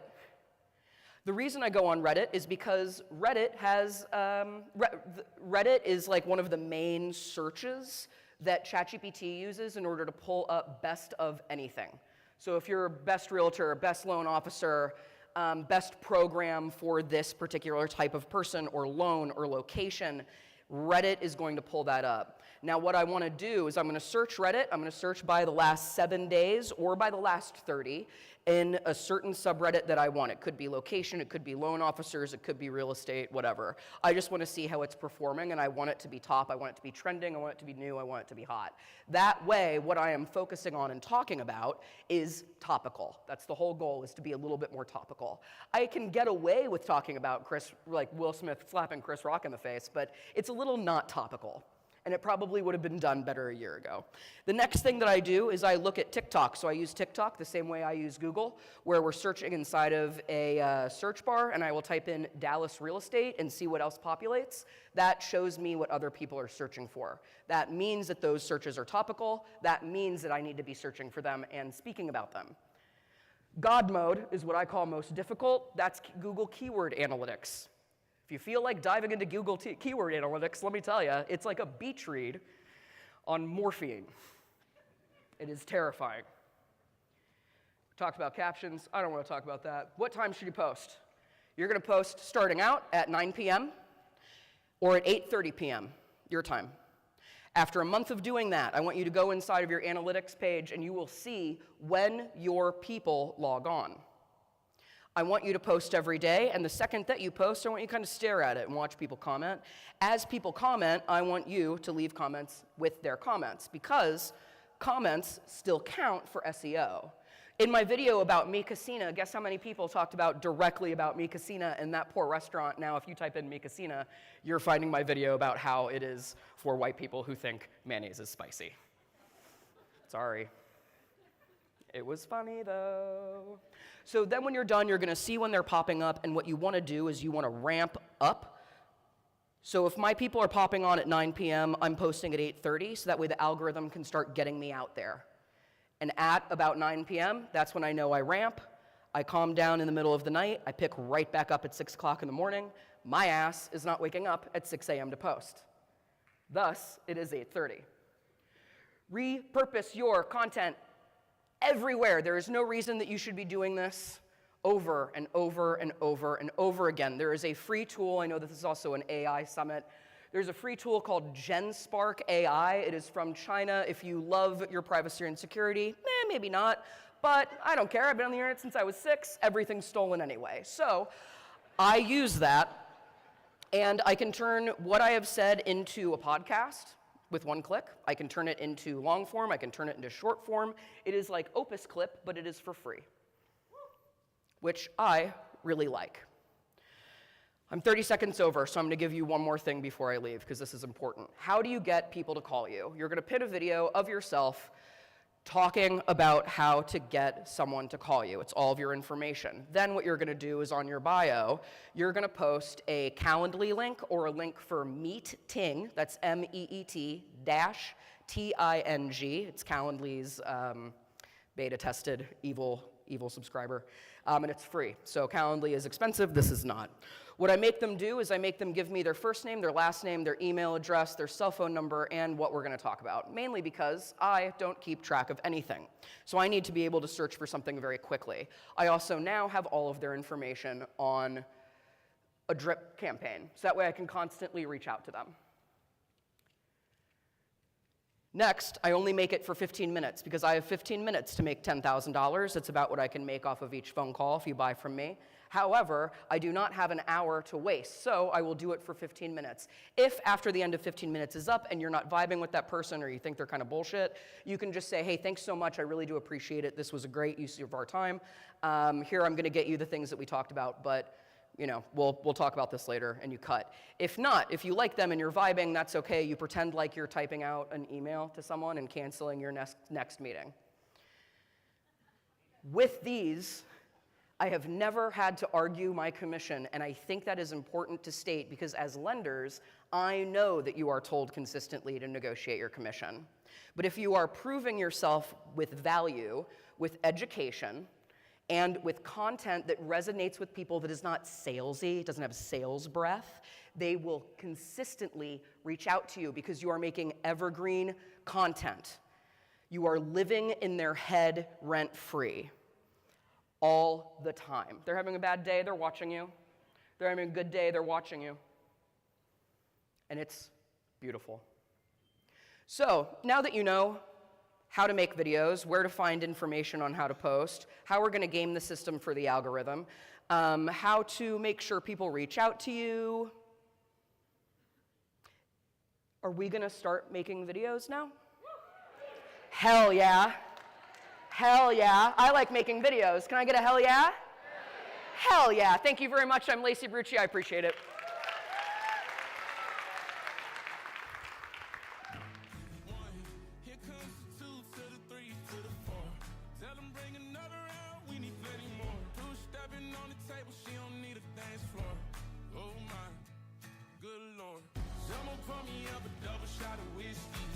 They know me and Jack Daniels got a history. There's a party downtown near 5th Street. Nobody wants to hear me sing. Lacey, so much fluff. We didn't get any information, just a whole bunch of nothing. Wow, I told you. She gets after it, straight to it. Hey, I do have an announcement.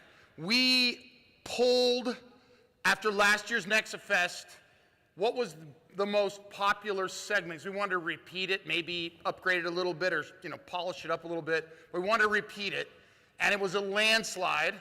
I'm going to call it Isaiah, but those of you who were here probably saw that last year. I want to make sure you know we're going to add that in towards the end. So please stick around. Dinner, cocktails, whatever you got to do, they'll still be there. Try and stick around for the end of the day. Okay. Laura Brandeo, the CEO of Lighthouse. They do transformative executive oversight, fractional C-suite services and strategies. She was the very first employee, so number 001 at AFR Wholesale. And as we know now, that's a pretty good sized company, so built a big one there. She has a whole bunch of places she works. She's on the boards, actually, and I'm going to go really fast. NA, MMBA, MBA-NJ, Women of Vision, NAMB, DEI, Clear Closer, Friday Harbor, More Align, ABC, XYZ. I heard last week that she was allowed 32 minutes to sleep, and she had a snack on Wednesday of 1 almond that she spread out for 15 minutes, and that's how much time she has. Please welcome to the stage, Laura Brandeo.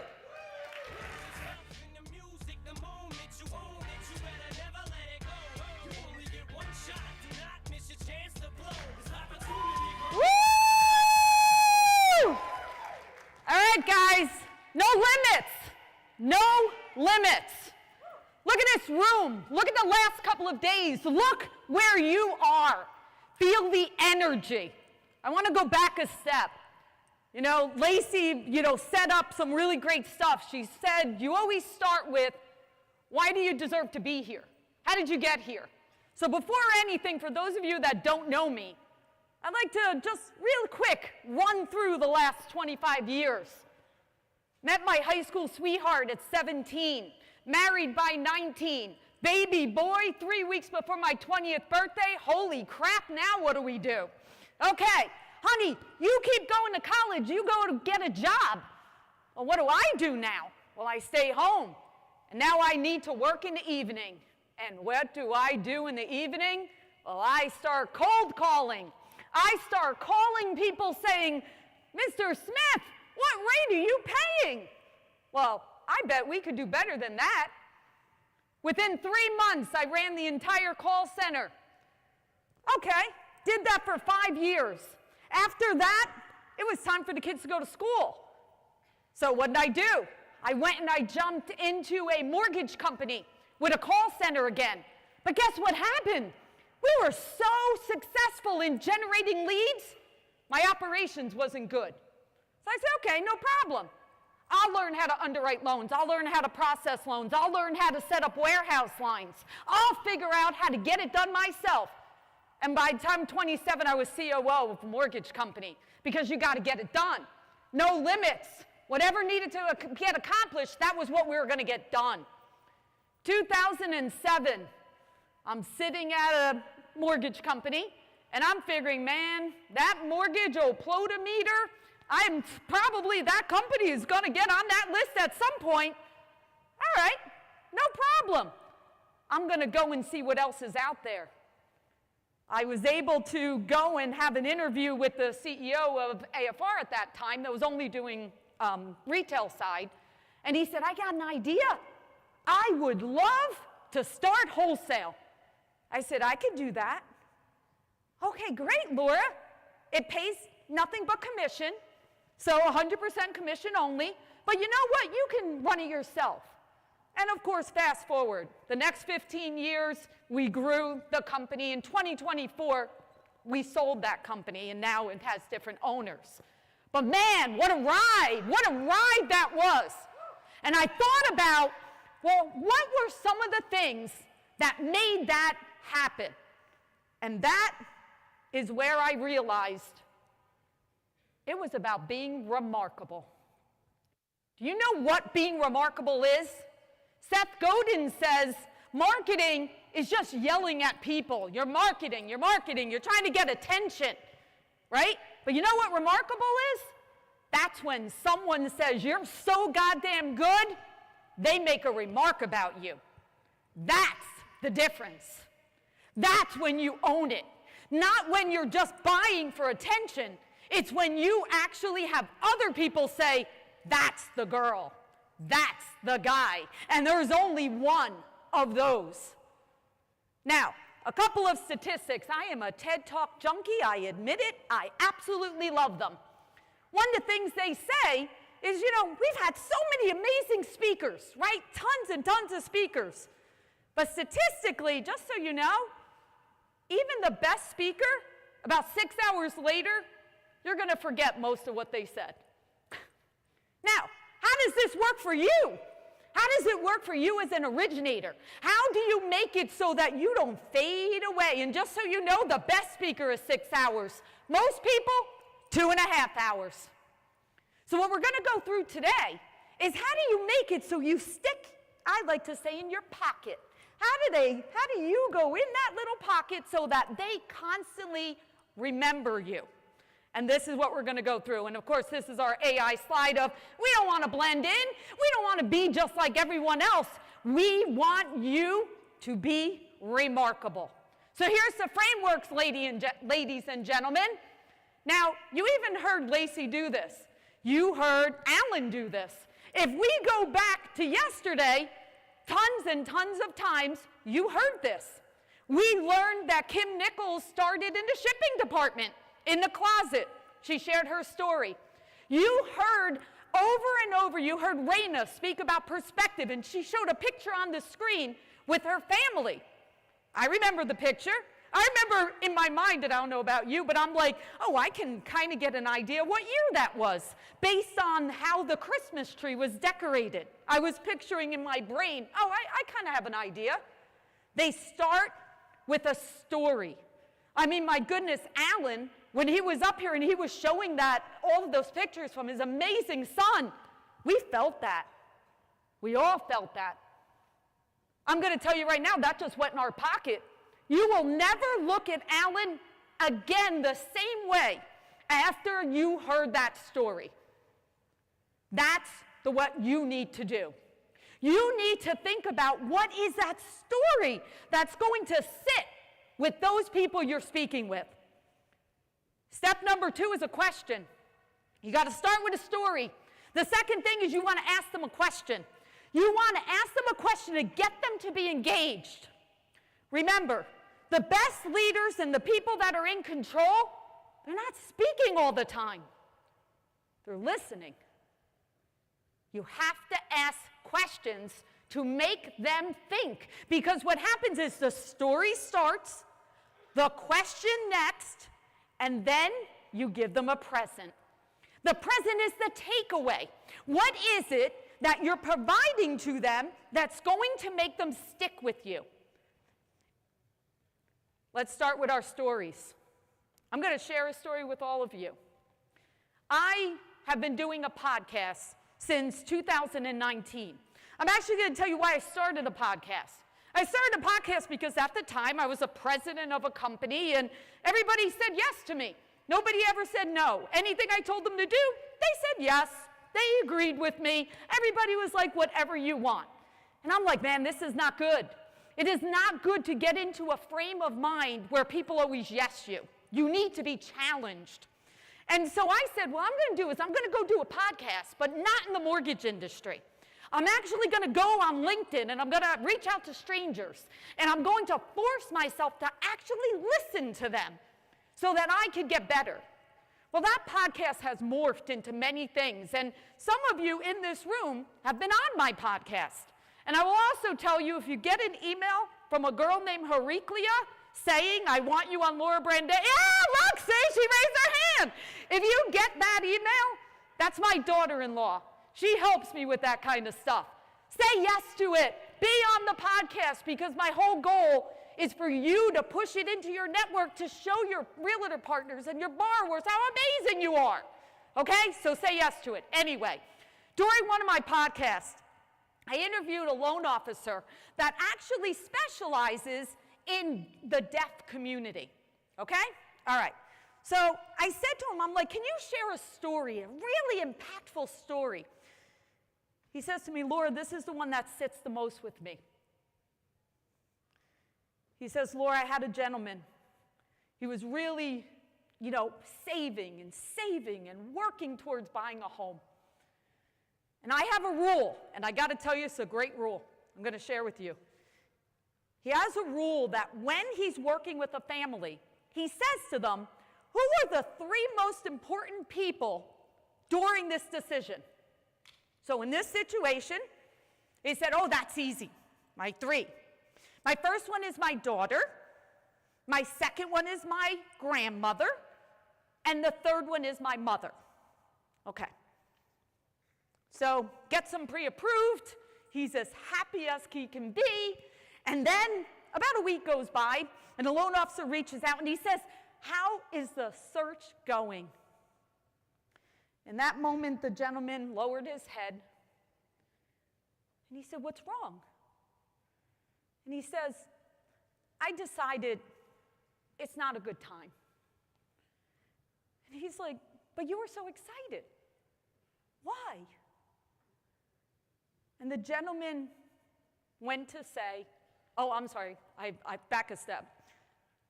He says, please, let me ask you, what did your daughter say when you got that pre-approval? And he said, oh my God, my daughter was so excited. She said, Dad, I can finally get a dog. We can have a beautiful backyard, and I can't wait to get my first dog. Great. What did your grandmother say? He said, well, my grandmother said, oh my God, I'm so proud of you. You put yourself through school. You got your engineering degree. You got a great job. I can't wait to see this home. Okay. What did your mother say? He said, my mother said, who do you think you are? You think you're better than me or anybody else in our family? We've rented for all of our lives. You think you can go and buy a home? You're out of your league. He said, and I agreed. It's too much. Now, the reason why I share that story is that if he didn't know who those important people were around him, he would have never been able to get it back on track. And that was the difference. Now, the next thing to do about that is that there's 3 types of stories. Number 1 is your origin story. I shared my origin story. I told you where I started, and I gave you why I do this. The next thing is a client turnaround. That story I just shared with you, that's a client turnaround. That gentleman did wind up buying the house, and his daughter got the dog, and they had the beautiful backyard, and he actually bought it during COVID. So it was a very chaotic time. That's a story that that gentleman can now share with other people. And the third part is your community impact. When Lacey was up here and Lacey was speaking about Frisco and she was speaking about Dallas, even just tying it down to that community, that's the part that ties you in there. So here's your 60-second formula. First off, relate to the people, someone like them. If you're going to have a conversation with someone that likes, that has gone through first-time home buying, well, you want to give other examples of people like them going through the example. The next thing is a relatable problem. If someone else, I'll actually give you an example. We always remember the things that we mess up, right? I can remember when my very first loans I ever did many, many years ago. This woman I always remember because of the fact that I'm from New Jersey. You could probably hear my accent. So I'm from New Jersey. And I remember this woman came in and she wanted to get pre-approved because she was deathly afraid that her son was about to go to high school in a very, very rough neighborhood in New Jersey. And she had worked for the post office, and she made a promise that before that son went to school, she would get him out of that area and put him somewhere else. We're going through the loan, and it was the first time I ever did a loan in a rural area. I did not know to speak about wells and septics. That was not something I had ever dealt with. Now I'm going to tell you, every time I've ever done a loan anywhere in a rural area, it's the first thing I think about now. Well, sharing that story relates to other people so that you can connect them to it. Now I want to end that story because it's really sweet. The day she came to close, She was wearing like her Sunday best with a beautiful flower, and she was the proudest woman I ever saw because she said, my son is now going to go to school in a safe area and giving him that next road. Guys, these are the stories that I'm gonna, Mike mentioned that, Mike Cordish yesterday mentioned that he logs every single day. He journals what he did today and what his goals are. I'm telling you, you have to log these stories. Every single time you have something that is relatable to someone else, you 100% have to log it, because I'm going to tell you, you're going to forget them. Things just go over. All right, the next thing is your simple plan. The human win. An image or a feeling. How do you tie that person together? And then you have the invite. All right, who doesn't like having somebody say, you know what? I'm going to put you in a group text with the best whatever, the best insurance agent, the best landscaper that in your local market, the best, listen, this guy doesn't normally take new people, but he's one of my guys. I think I can get you in. I think I can put you into his clientele. Who doesn't love that? When I spend 6 months of the year in Scottsdale, and when I bought my home in Scottsdale, I will never forget that my realtor that I didn't know, just was a random person, she literally gave me every single person that I needed because I don't live there full time. So she gave me the sprinkler people and the landscaping people and the people that do this and this and this and this. And I was like, oh my God, I would always use this person again because I don't have time to research who's the best in this market. Give the present to your people. Okay, so then the next thing is your questions, okay? Make the mind engage. Make the pictures, everyone.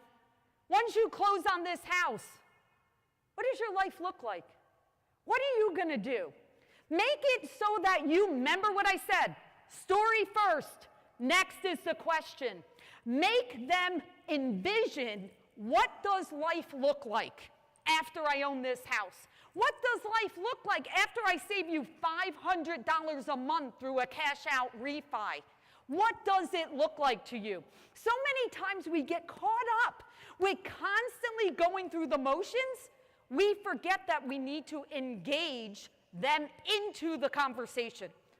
So doing that will tie us all together so that way we are continuing that conversation. So if I could take one worry off of your plate today, what would it be? Remember what your presents are. Your presents are personalized videos. Your presents are the warm introduction. The present is a custom checklist. The present is a timeline graphic. Guys, going through the mortgage process, I know you've all seen these articles. They've asked people, what is one of the most stressful things you can go through in your life? Going through purchasing, selling, or getting a home loan was in the top 5 things of stress. Because we do it every day, a lot of times we forget. We forget that it's stressful. We forget there's an emotional piece along with this. These are some of your presents. Give them the personalized video. Introduce them to people or provide them with experts that you can continue to have those conversations with. Because when you do that, you are making it so you are in their pocket. A timeline graphic. What do I expect next? What's coming? What should I expect? Okay, that happened. Now what? Oh, I know. I'm sitting in underwriting at this moment. Well, what the heck does that mean? What does underwriting mean to the average family? Now, I'm going to tell you, I had a loan officer on my podcast just last week, and she said something that was so amazing. We were speaking about the power of communication. And this particular loan officer, she actually just took a course about how to communicate. And of course, we all know, you've got your analytical types, and you've got your easygoing people, and you've got all these different personalities. And she said, and I said, what was the one thing that you learned? You know what she said? She said, I learned that no update is an update. Think about that. It's sitting in underwriting. We think it's sitting in underwriting, not a problem. The problem is when we're not communicating back, or at least telling them it's in underwriting, we're going to hear back by Friday, this is what's going to happen, once I get that done, this will be the next step. We have to continue the conversation. Remember what I told all of you. 2.5 hours after you have a conversation with someone, they will not remember. Why? Because our brains are trained to remember what's important. It's constantly filtering out. Okay, so I was using this as an example. I'm looking right at a couple of people. So guys, I have a thing that I do. I learned it a few years ago when I started going to conferences. My rule is I don't sit or hang around with people I know. I only hang around with people I don't know. And the reason why that is you bond with those people and you get to know a whole new group of people. And then those people go forward with you. I'm looking at this table right here that I literally found them separately, brought them together, and we have been together for 2 days. We did, yes, Nikki and my Linda and Lisa and Kayla. So that's an example of you have to go out of your way to be remarkable. Now, ladies, I'm putting you on the spot, but are you going to remember me? Yeah. So we all have that ability, whether it's a realtor, whether it's a borrower, a family, we have to make sure that we remain remarkable, that they take us with them. So now, remember you lose them in 2.5 hours. So what do you have to do? You have to get back to them within 90 minutes. The minute that you have a conversation with someone, the minute you meet someone new, you have to follow up with them within 90 minutes. Otherwise, you're already out of their brain. You're not going to remember them, and they are not remembering you. So what do? Now, there's the 7-touch system, right? Which, of course, you've got emails, you've got connecting, like we were all connecting on social media. The other thing, and you ladies all witnessed it, you take pictures with them. You make sure, what did Mike Cordes say yesterday? Text me with a picture of you so that I remember where I met you and what you look like. Make sure you take a picture with them. All of these ladies know that's exactly what we did. Why? Because I wanted to make sure I could remember them, 6 months from now. Make sure you take pictures of them. Make sure you connect to them. How you connect to them, it could be email, it could be voicemail, it could be voice text, it could be video, whatever way you're comfortable. But guys, 7 touches. Once you have 7 touches, you're now ingrained. Now you're part of them. Now they're going to remember you over and over and over again. So make sure that you also, whenever you send things out, tell people they're doing a good job. Do you know how stressful it is for your families that you're working with? How much pressure they're under making these decisions, life-changing decisions? Tell them they're doing great. Tell them they're through the first process. Tell them thank you for getting all those documents together. Thank you for signing those disclosures. You did amazing. We take those things for granted as mortgage professionals. For them, it's a big deal. So make sure that we absolutely take care of that and give a clear next step. Ensure that we absolutely know this is the next thing that's going to come. No surprises. They have no idea. It's their very first time going through the process. And then you have your 7-day remarkable sprint. Your first thing is your foundation. Write your origin story. If you guys, when you get out of here, think about that origin story. What does that look like, right? If you got to jazz it up and you got to make it so that it has some emotion in it, oh, well, I got a job one day, I answered an ad, and I got a job, and I started as a processor, and then I decided to go become a loan officer. Yeah, that's a good story, and some oomph to that. Give it some emotion. Explain why you decided to become an originator. Explain you wanted to make a difference in their lives. You wanted to ensure that you could forever make an impact in your community, because that's how important your community is to you. Make sure you do your origin story.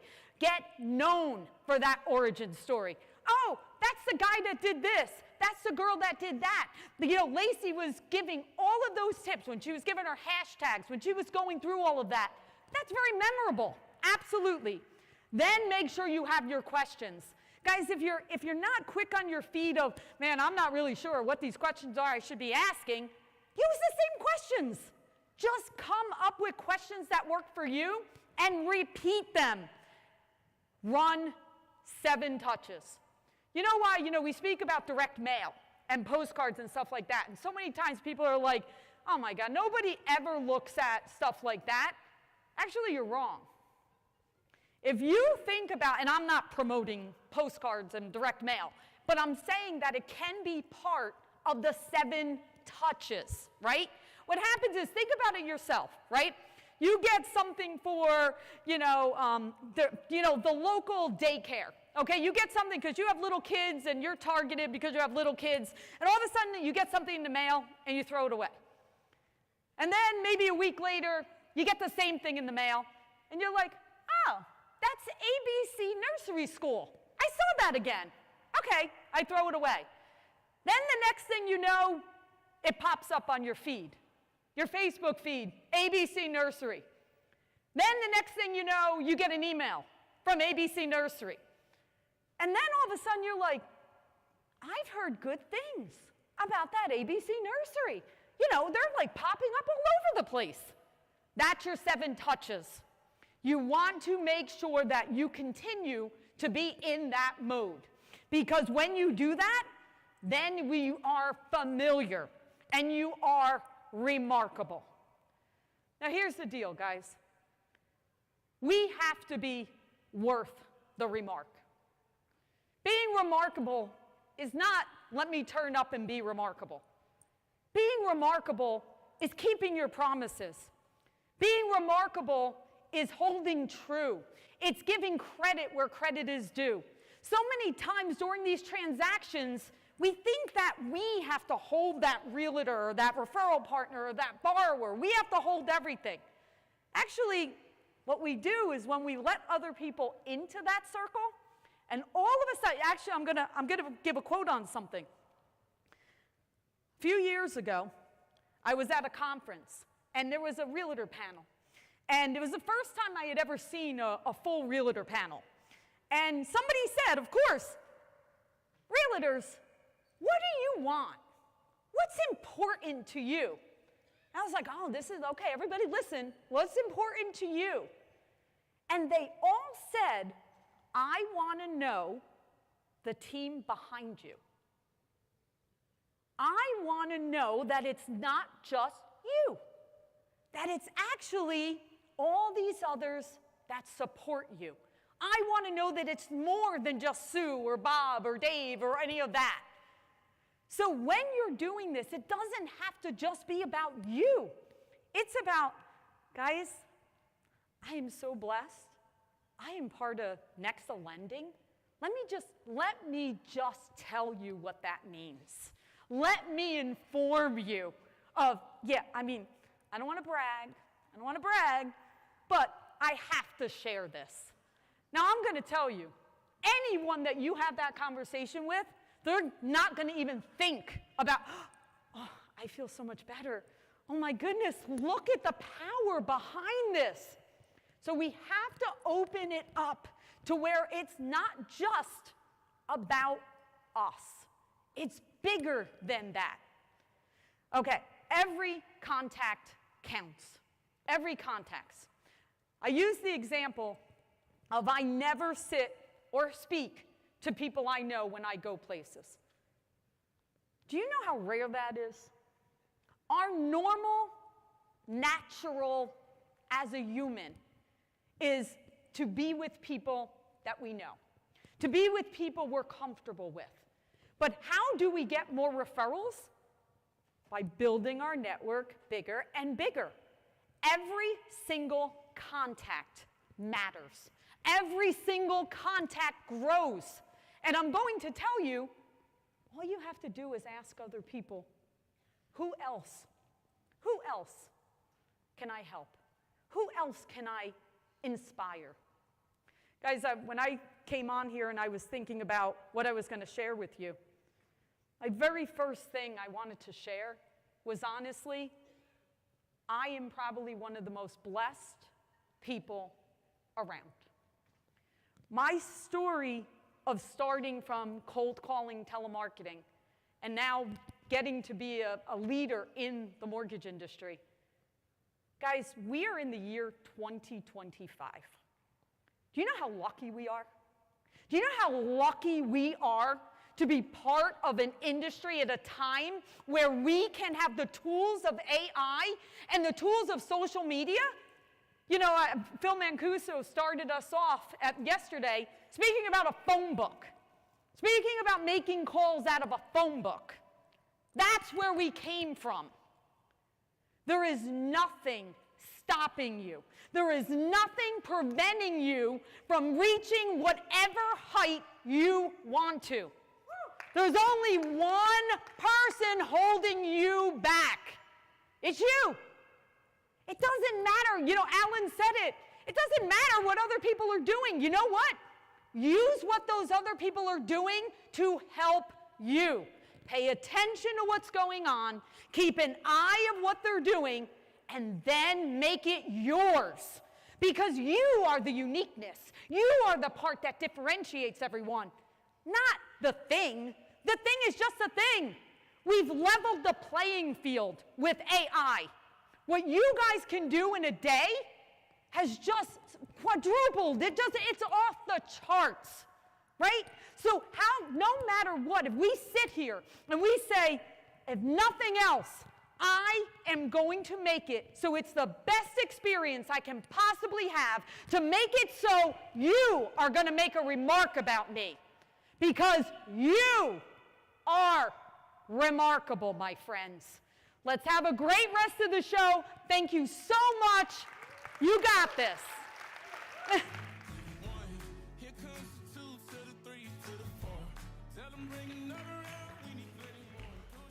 Okay, next speaker, first of all, I want to thank them for their amazing partnership. Second, I owe a bit of an apology. Yesterday, I had mentioned about the OGs of NEXA, and he's kind of an OG. I mean, I think we're going to give him a title of pre-founder because he fired Mike Cordes, which allowed NEXA to start. So we have the self-proclaimed, what is it, Eddie? Chief Wrestler of Egos, co-founder and CEO of Equity Prime Mortgage, and the pre-founder of NEXA Mortgage, Mr. Eddie Perez Jr. I think we have a responsibility to an oath to this country and to the individuals in it. It's just part of that pay it forward. How do you leave it better for the next generation, the next generation, the next generation? Because what you do when you play that is you're really paying homage to those that mentored and paid the price for you, because you leave the younger generation better. Just hold people to a standard, and that's the same thing that we're doing here, is just holding people to a higher standard and trying to provide value and insight and ability. It's better to have continuous action, because that way everybody knows I got to bring it today. Power that most people associate is not force and control. It's influence, and it's empowerment and letting people do what they need.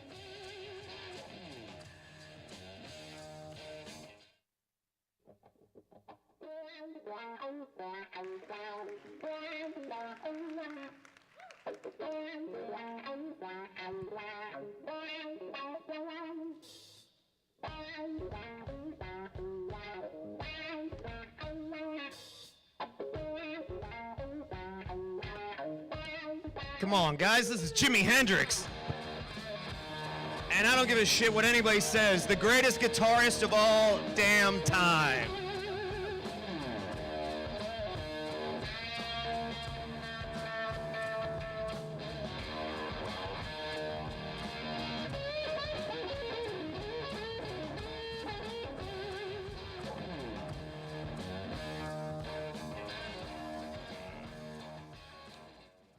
How's everyone?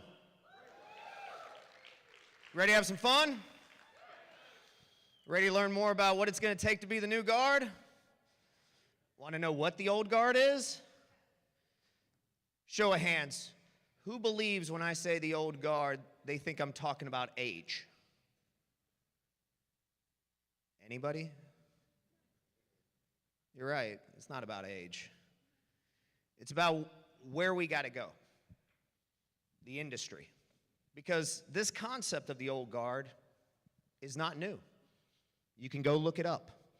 There have been 7 disruptions through the history of capitalism in America that were massive disruptions of the old guard. And what is the old guard? It's the entrenched powers. It's those that don't want to change the system once the system becomes rigged, because it's rigged for them. And I personally know for a fact it's currently rigged against the originator. Not here. NEXA was on the forefront. And thank you, John, for me being known as a pre-founder. I do thoroughly enjoy that part of it. And of course, Mike, you're my boy, Blue. And that's what it's really about. What are some of those disruptions of the old guard?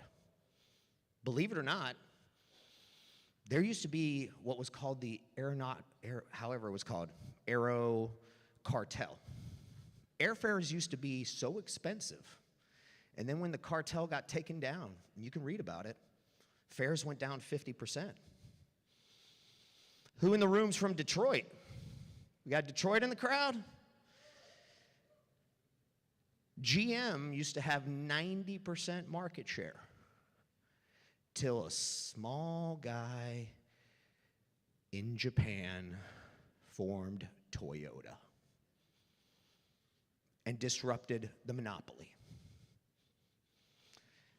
AT&T, who has AT&T service here? That was literally a full-blown monopoly, not even 90%. And they had to deregulate it. Why? It's normal when something gets so powerful that they just do whatever they want and rig the system. I get it. We got here, what a lot of people don't know, because of the 2008 crash. That's what led to it. And then what led to it even further was Dodd-Frank and all the laws and regulations. And this is where we have today. The average loan size, I want to hear it out there, to originate, do you know how much it cost before the crash? Take a guess. Somebody. How much? No, it was higher, but somebody say 3,000? It was 4,000. Does anybody know what it got up to recently? 12,000. 300%. And what are some of the ways it's rigged? You'll be seeing it. I'm definitely going to be talking about it a lot. I'm definitely going to be bringing it out. But you guys have to change the way you play. Change the way you think. Change the way you're out there. I don't want to hear the excuses that I hear always. Because this is something me, Mike, and Jason DuPont spoke about 2 days ago, right when I got here. And this is a harsh reality, because I'm pro-originator. I was an originator. I started off in a call center. I was always all about that. Then I went out and did the whole street LO, as I call it, getting referrals from real estate agents, divorce attorneys, financial planners. Then I got into some builders. I've seen all the models, been a part of it, A through Z, gotten to know the benefits of it all. But I'll always be an originator. And the other benefit you guys have is you are also built by an originator. There's very few organizations out there that were actually built by originators, and the ones that were actually good. Mike's told you how much he broke numbers. You know, there's plenty of people that know me that are in the industry. I was doing 15 to 25 loans a month in my sleep. That was easy. I was screwing around. I was like in my 20s. Just imagine if I had taken myself serious. But, you know, when you're young, you can be a little dumb. But it's harsh for me to say this, but it's true. You know, there's always this battle that's been going on that is old guard of retail, wholesale. Half the time people don't even know what they're talking about because half the time they call companies that are retail or consumer direct. It's a little bit of a different model because they're really B2C right to the consumer. But me and Jason said it and they agreed. The retail originator is more professional and better trained and better equipped than most of those in wholesale. And I don't know why, because wholesale has all the flexibilities. But then I hear people say they send all their business to one place or two. Well, are you really wholesale at that point? Are you really flexible? Are you really doing something different?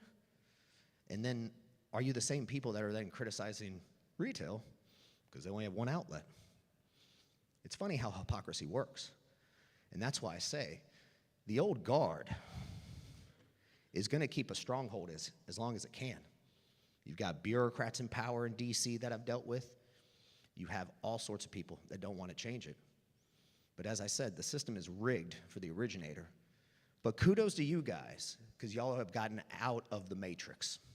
I forgot which pill it was, but y'all took the one that set yourself free. I don't know, blue pill, red pill, I can't remember which one. Damn politics, even those colors back then were the damn political landscape. What a bunch of bullshit. So, politics. And oh, by the way, this is another thing that a lot of you guys don't realize. It does not matter if it's Republicans in power or Democrats.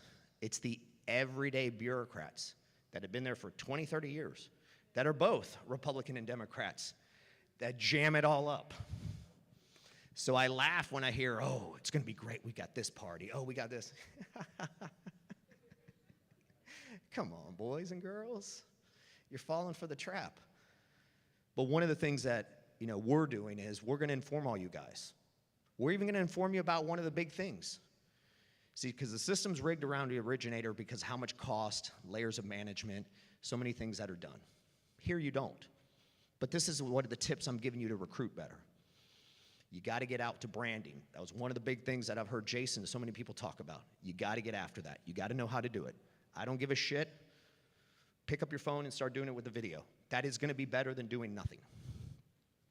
And then the big one is when our president, Phil Mancuso, spoke yesterday. So many people pay for the service that he's about to provide for free. And I'm going to tell you something, guys. I've never met a capital markets guy better than that. I would put him pound for pound, and I actually did once. I got the raw data of his return versus everybody else's, and he won in a blind test. He knows the market backwards and forwards and how it's going. That's the cheat code that y'all are going to be getting from us. That's the cheat code that is a part of the new guard. Because it's mindset over age. Discipline. That's a discipline you have to get. I've said this many, many times. Whoever the top originator in here is not special. They're not unique. They're not better than any of you guys. They just have discipline. They have consistency. They have desire. They want to win. They have motivation. They're inspired. These are all things that every human can have. Now, I get it if you don't want to do that, but just be honest about it. That's the one thing that has to be done, that has to be about the new guard, has to be about what changed the industry, is radical candor. You see it all the time. And the reason I know the system's rigged, because it's all my friends that rigged it, because I've been there with them. I've been in the board meetings. I know who they all are. I know who the CEOs are. I know how their cap markets play the 90-day rate sheet, which I still think is the funniest shit in the world. How they get you in 90 days, then slowly trickle it up on you, and then you don't know what happened. They brag about it. They laugh about it. I've been there. Not going to say names. Don't need to. But I laugh when I hear all the things that happen. And at times you guys just go all along with it. And that's okay. Like I said, you got to have candor. If you want to be that way, that's fine. I'm not telling you what to do. I'm not a judgmental person for people that know me. I mean, hell, I fired Mike for God's sakes, and now we're like best buds. So it goes like that. But that is also part of the new guard, to collaborate, to put your egos on the line. Perfect example, Renee Rodriguez yesterday. For those that saw it, I decided to hold a standard like I talk about on Housing Wire in an article that put us in a light that wasn't well. But I always liked Clayton. I even called him before I told him what I was going to do the next day because that's the honorable thing to do. That's how you do it. Radical candor can cure it all. But then he brought us together, Renee. We both stated our points. We both decided to work together to not have something like that happen again, for misinformation to get out or sensationalization. And they owned it. I own my part, they own theirs. Because I'm going to let you in on a big secret, guys. Does anybody in here, show of hands, think that there are saints in this room? Did somebody say yes?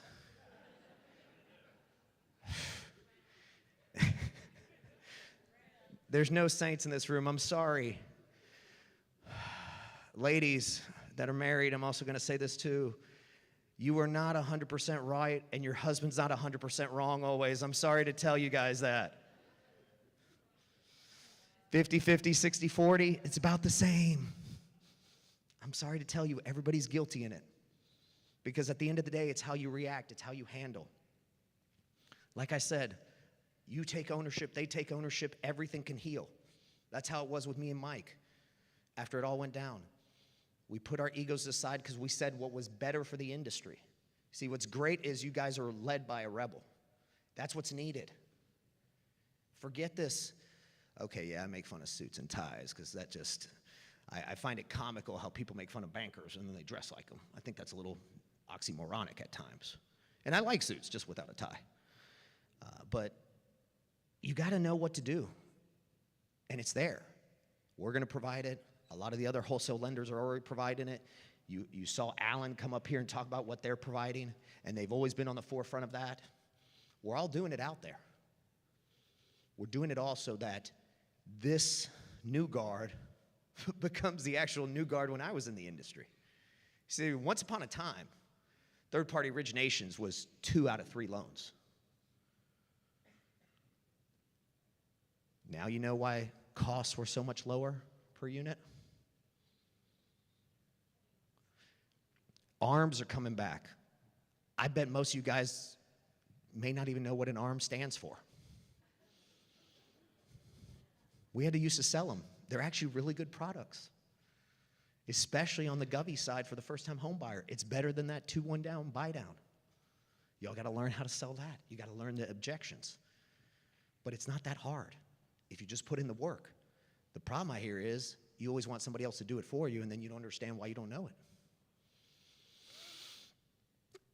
This market's about playing offense. That's what's great. If you're playing offense, you're going to be fine. You're going to conquer. You're going to keep going. Because everybody else, for the most part, is just going to play defense and whine about the market, whine about so many other things. They're going to whine about their realtors. They're going to whine about this builder. They're going to whine about that. Things are going to happen, guys. There's 11 stages in the loan process. Nobody's going to be perfect, but I know. That borrower's a saint. They're going to make their payments. Yeah, I get it. And like I said, you guys are in the middle of history because there's been 7 disruptions. You're currently sitting in the 8th. Refis aren't coming back to a degree. Too many people are below 8%. 80% are below like 6%. And second mortgages are back. So those cash outs aren't coming. It's going to be done a different way. Great thing is demand is up to here because of birth rates from Gen Y and Gen Z, but supply's down here. So real estate's not going to implode. So there's always going to be new constructions that are going on. There are so many advantages that are out there. You just got to go learn maybe multiple systems. You've got to maybe learn how to use AI. But the industry is about to get shook up. Like Jason DuPont said last night at the dinner for those that were there, and then I've talked about. Tech, AI, and you're about to see, which you guys are already on the forefront again, things that you need to understand and know and have pride and strength about it in the offshoring.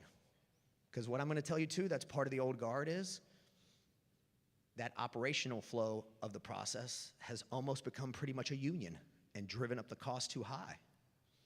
These are all the things that are going to get disrupted. And it's happening. Already a lot of the players are starting to do it. And it's just going to show up one day. And it's going to drop the cost lower, which in the end benefits who? Anybody? Consumers. Us. Everybody. Everybody wins in this scenario. So,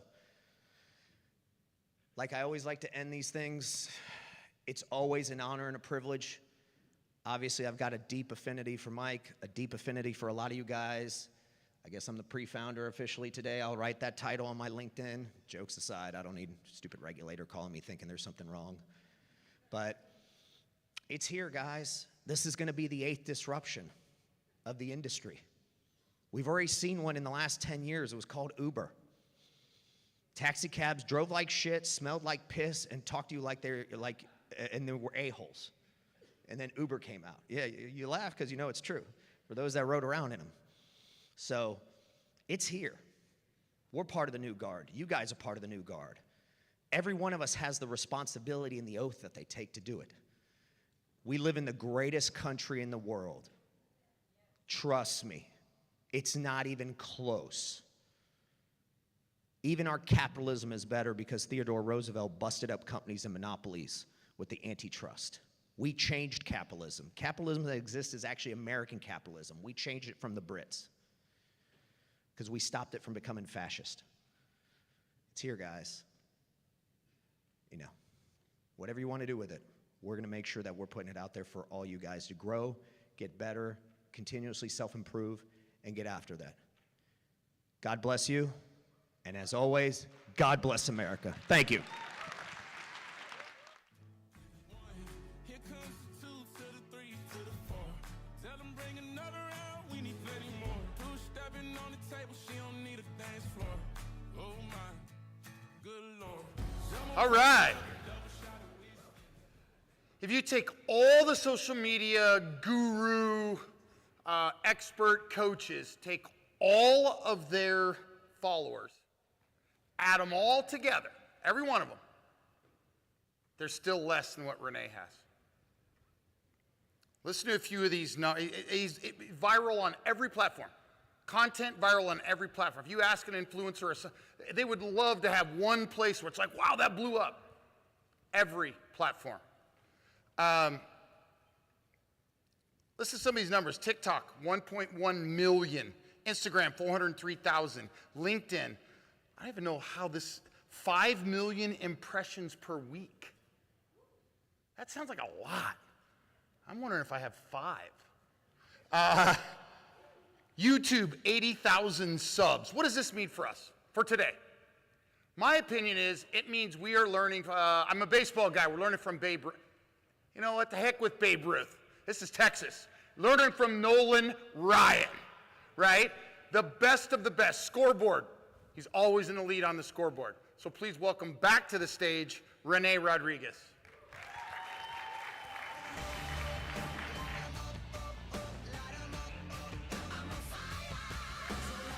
Well, definitely not the best because this is a big world. But I'm going to get at this really fast because I want to offload what I've done to you. I'm not selling social media training. I'm not selling any of that sort of stuff. I have failed at it for years, and I'll show you a visual of what it is. I have paid the dumb tax when it comes to social media. And so I want to show you these things, and I'm going to walk you step by step exactly what to do and how I did it. This is only how I did it. And then I'm going to give you something at the end that's going to speed up the process for you and write it for you. Now, before I get started, I want to tell you, I loved what Lacey did. How many enjoyed what Lacey was talking about? Yeah? I was there and I was watching. I'm like, oh shit, I'm going to be talking about very similar things. And here's the thing. We use very similar language, all the similar things. Here's the thing. It's like a CRM. Which process works? The one that you use. Okay? So don't see this as different from hers. See this as a collaboration of what she has done and maybe a different look at the same thing. You need multiple looks at these different things. Never get territorial about process. Does that make sense? Collaborate in this. Somebody was telling me, this is the biggest mistake I think people are making with AI right now, is this phrase. Oh, I use AI too. You ever had that conversation? Oh, we're doing AI with this thing, and they go, yeah, I use AI too. Okay, that's like saying, I breathe. That kills innovation. I wrote an article that says, stop saying you use AI too, you're killing innovation. What you should say, awesome, how are you using it? Because it's in the application of the technology that matters. Everybody has a phone, but not everybody does the same thing with the phone. Everybody has a computer. It doesn't mean that you can write code or you can do all these different things. I speak. Well, not everybody speaks the same. It's in the application. And so, excuse me, I want to dispel a couple things here. I want to show you this slide. If you can put my slide up real quick, I just want to show you this. Can you guys put my slide up there? Perfect. This is me. Started 2007, and this was my growth during that entire time, okay? That was me. You know how many videos I posted? You know how many times I did something? I was still good at what I did back then. You know how many times I put a video up, hit $10,000 on a video, and I got 48 likes?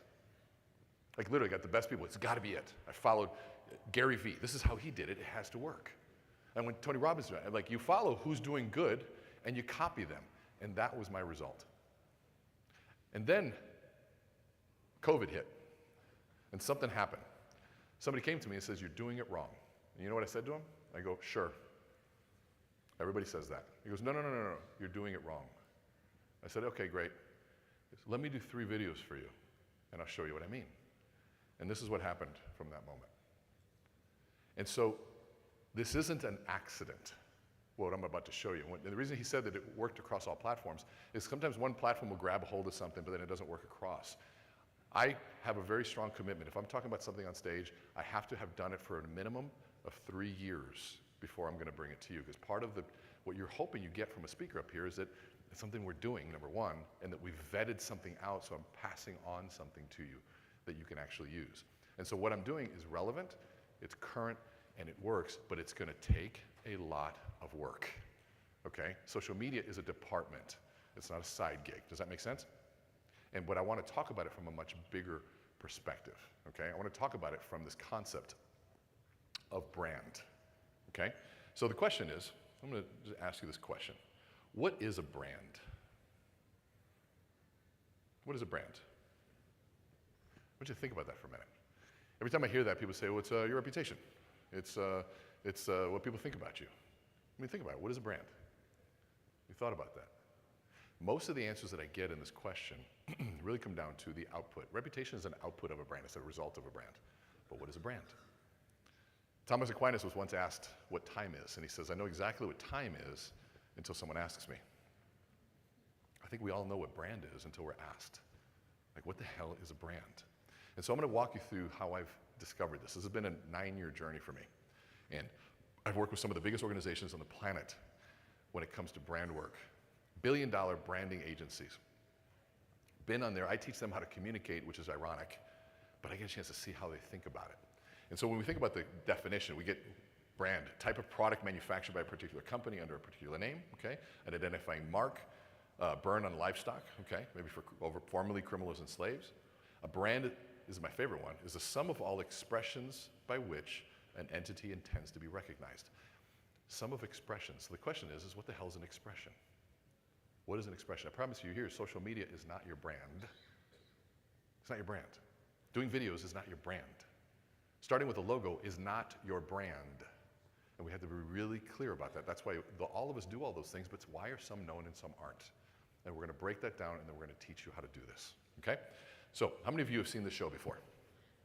Show me hands if you've seen the show before, okay? Wonderful. So if you've seen this show, what is this? Okay, I love that. I heard branding iron. Some people say that's the brand. I said, no, that's the branding iron. The ing is really important. It's the process by which of branding, okay? So then we go, okay, so there's a process of branding, but what the hell is the brand? Now let me ask you a question. Would you allow someone to put this permanently burned onto your skin? Yes or no? No. Okay, so then why did he allow it? We're starting to find the answer here. Think about it. Why? Some people start saying, well, he was part of something. Okay, fair enough. He was part of something. If you know the show, you kind of understand that there's things that come with that. But it also says he can't go anywhere. He's now owned, which I thought was interesting. Okay, getting there. All right, so now, would you ever allow someone else's logo to be permanently implanted on your skin? No, not at all. It would be crazy. Okay, then explain why this is the #1 tattoo in the world. Number one. I've never seen a Honda tattoo, but for some reason this makes sense, right? But a Honda, like I got Honda, like Toyota, right here, yeah, right there. It makes no sense at all, but for some reason, this makes sense. And in that we know it, but we can't articulate it. And here's the question. If you can't articulate something, how in the hell are you going to build it? I build a brand. What does it mean? Well, it's your thing. I do social media video. What's the brand? And so we're starting to uncover the challenge here, okay? And so we think about it from that perspective. We get into, the reason this makes sense is we get into the true essence of branding, get into brand archetypes. I'm not going to dive into this. Sigmund Freud had an understudy, his name was Carl Jung, and he created 12 archetypes of how humans behave, act, decide, and all the attributes of them. And branding agencies got a hold of this and said, there's only 12 of these, and we're going to build brands based on these archetypes. And Harley Davidson is the rebel brand. Who was our previous speaker? What do you think brand he might be? What music did he start with, number one? Jimi Hendrix. What is he talking about? Taking down the old guard, saying the things that nobody wants to say. That sounds like a rebel to me. Eddie is the ultimate rebel. So is Mike. We have two rebels. It's rare to find a rebel, by the way. It's fun when you find a rebel because they can say shit no one else can say. Yeah, they're saying the stuff they think, okay, good, say it, because I wanted to, but I didn't. That's the job of a rebel. Now, if Eddie were to get up here and start trying to inspire you, it wouldn't make any sense. He doesn't give a shit about inspiring. He wants to take on those that won't be taken on. Leave the inspiration for others. And what happens is when you cross your archetype, it doesn't make any sense. It's one of the reasons I'm up here doing what I do, but I'm not going to be, let's look at down Haribo, the jester. Here's some other looks at brand archetypes. You're not going to see me dancing at a bar, drinking, getting drunk, because it wouldn't make sense. You see me up here and you see that, and you start losing trust. And so there has to be a consistency and a discipline to what archetype you are, okay? Don't get too worried about this just yet. All right, so I want to go through this concept and just really identify the difference between a logo and a brand. Seth Godin did this, and I thought it was brilliant. So let's look at Nike and let's look at Hyatt, okay? Let's pretend that now they swapped products. Nike is making hotels, and Hyatt is making shoes, okay? Can you imagine what a Nike hotel would look like? What would the gym be? Like the one here? No, what would it have? What kind of equipment? Where's Derek? We worked out this morning, we were doing chest, and we had like 2 machines to put options. We had to do like 10 sets of the same machine. Then we're trying to like do push-ups. What would a Nike gym look like? Be ridiculous. Turf, best equipment, multiple options, huge. You'd walk in, you go, this is the greatest gym ever. How about the gift shop? What would be in that gift shop? All the swag, all the teams, all the sports. So I threw it into ChatGPT. I said, what would a Nike hotel look like? And this is what it showed me. Kind of works, right? It fits. Because you understand the brand. It makes sense. You make sense. So now, let's pretend that Hyatt now makes a shoe. We're already, can you imagine what that would look like? All right, I threw that into ChatGPT, and that's what it came up with. Yeah, okay. I have been in a Hyatt, a Marriott, whatever, and I'm sitting in the hallway. I don't know which one I'm in. I'm in the room, don't know which one I'm in. I have to go to the phone to look at that little thing. I'll go, I'm in the Hilton Garden Inn. If you were in a Nike hotel, would you know you're in that hotel all the time? Have you been in a Hard Rock hotel? Do you know that you're in a Hard Rock hotel the entire time? Are you starting to see the difference? All right, so now, here's what I want you to get out of this. Here's what I want you to get out of this. The best explanation of a brand comes from the conversation with my friend Neil Ford. Neil was one of the top 10 most decorated creative directors in the world, and he gave me this story, and it really summarized this. And he goes, I want you to think about who's somebody, anybody here, men, married, first time, or married right now currently, so I can see somebody. What's your name, sir? Brian. Are you with your wife right now? Wonderful. So, Brian, do you remember your first date? Do you remember the day that you realized, what's your name? Nancy was the girl of your dreams? Yeah, you remember that. He's like, yes. Yes. Be like, hell yes. Absolutely. Okay, good. So now, let's pretend, first date, Brian's there. He realizes that Nancy's the girl of his dreams. And he finally musters up that courage to ask her out. And he's like, hey, Nancy, I really enjoyed our time together. I'd love to see you again. Now, Nancy plays it cool. She's like, you know what? What's your name, Brent? Brent? I'm not sure yet, but what's that? Brian. Brian? I'm not sure yet, but I'll let you know. And she turns around and stops and turns back around and says, but Brian, if I do decide to see you again, you have to do it on one condition. She looks him up and down and says, you have to promise me not to wear that shirt, because that shirt, that is an unfair advantage. She winks at him and walks away. How is he feeling every time he wears that shirt? Like $1 million, right? He's walking around, he's buying every color, he's buying everything. Did it have anything to do with the cut, the color, the manufacturer? None of the value propositions mattered. You know what mattered were two things, and this is what a brand is. It was an emotion that made him a promise. If I wear this shirt, I can land the girl of my dreams. And so think about that for a minute. It was an emotion that led to a promise of something he wanted. How many of you wore Jordans as a kid? Show me hands. How many of you, the moment you put them on, you felt like you could run faster and jump higher? Show me hands. So now, what is the Jordan brand promise? And here you know it, but you don't know it. Fill in the sentence for me. If you wear these, you could be like, wow, see, you know brand promise already. Do you see what I'm saying? These are unconscious knowledge that you already have, but we haven't put our finger on it. So the question is, what's your promise? What's your brand? When you show up, what's expected of you?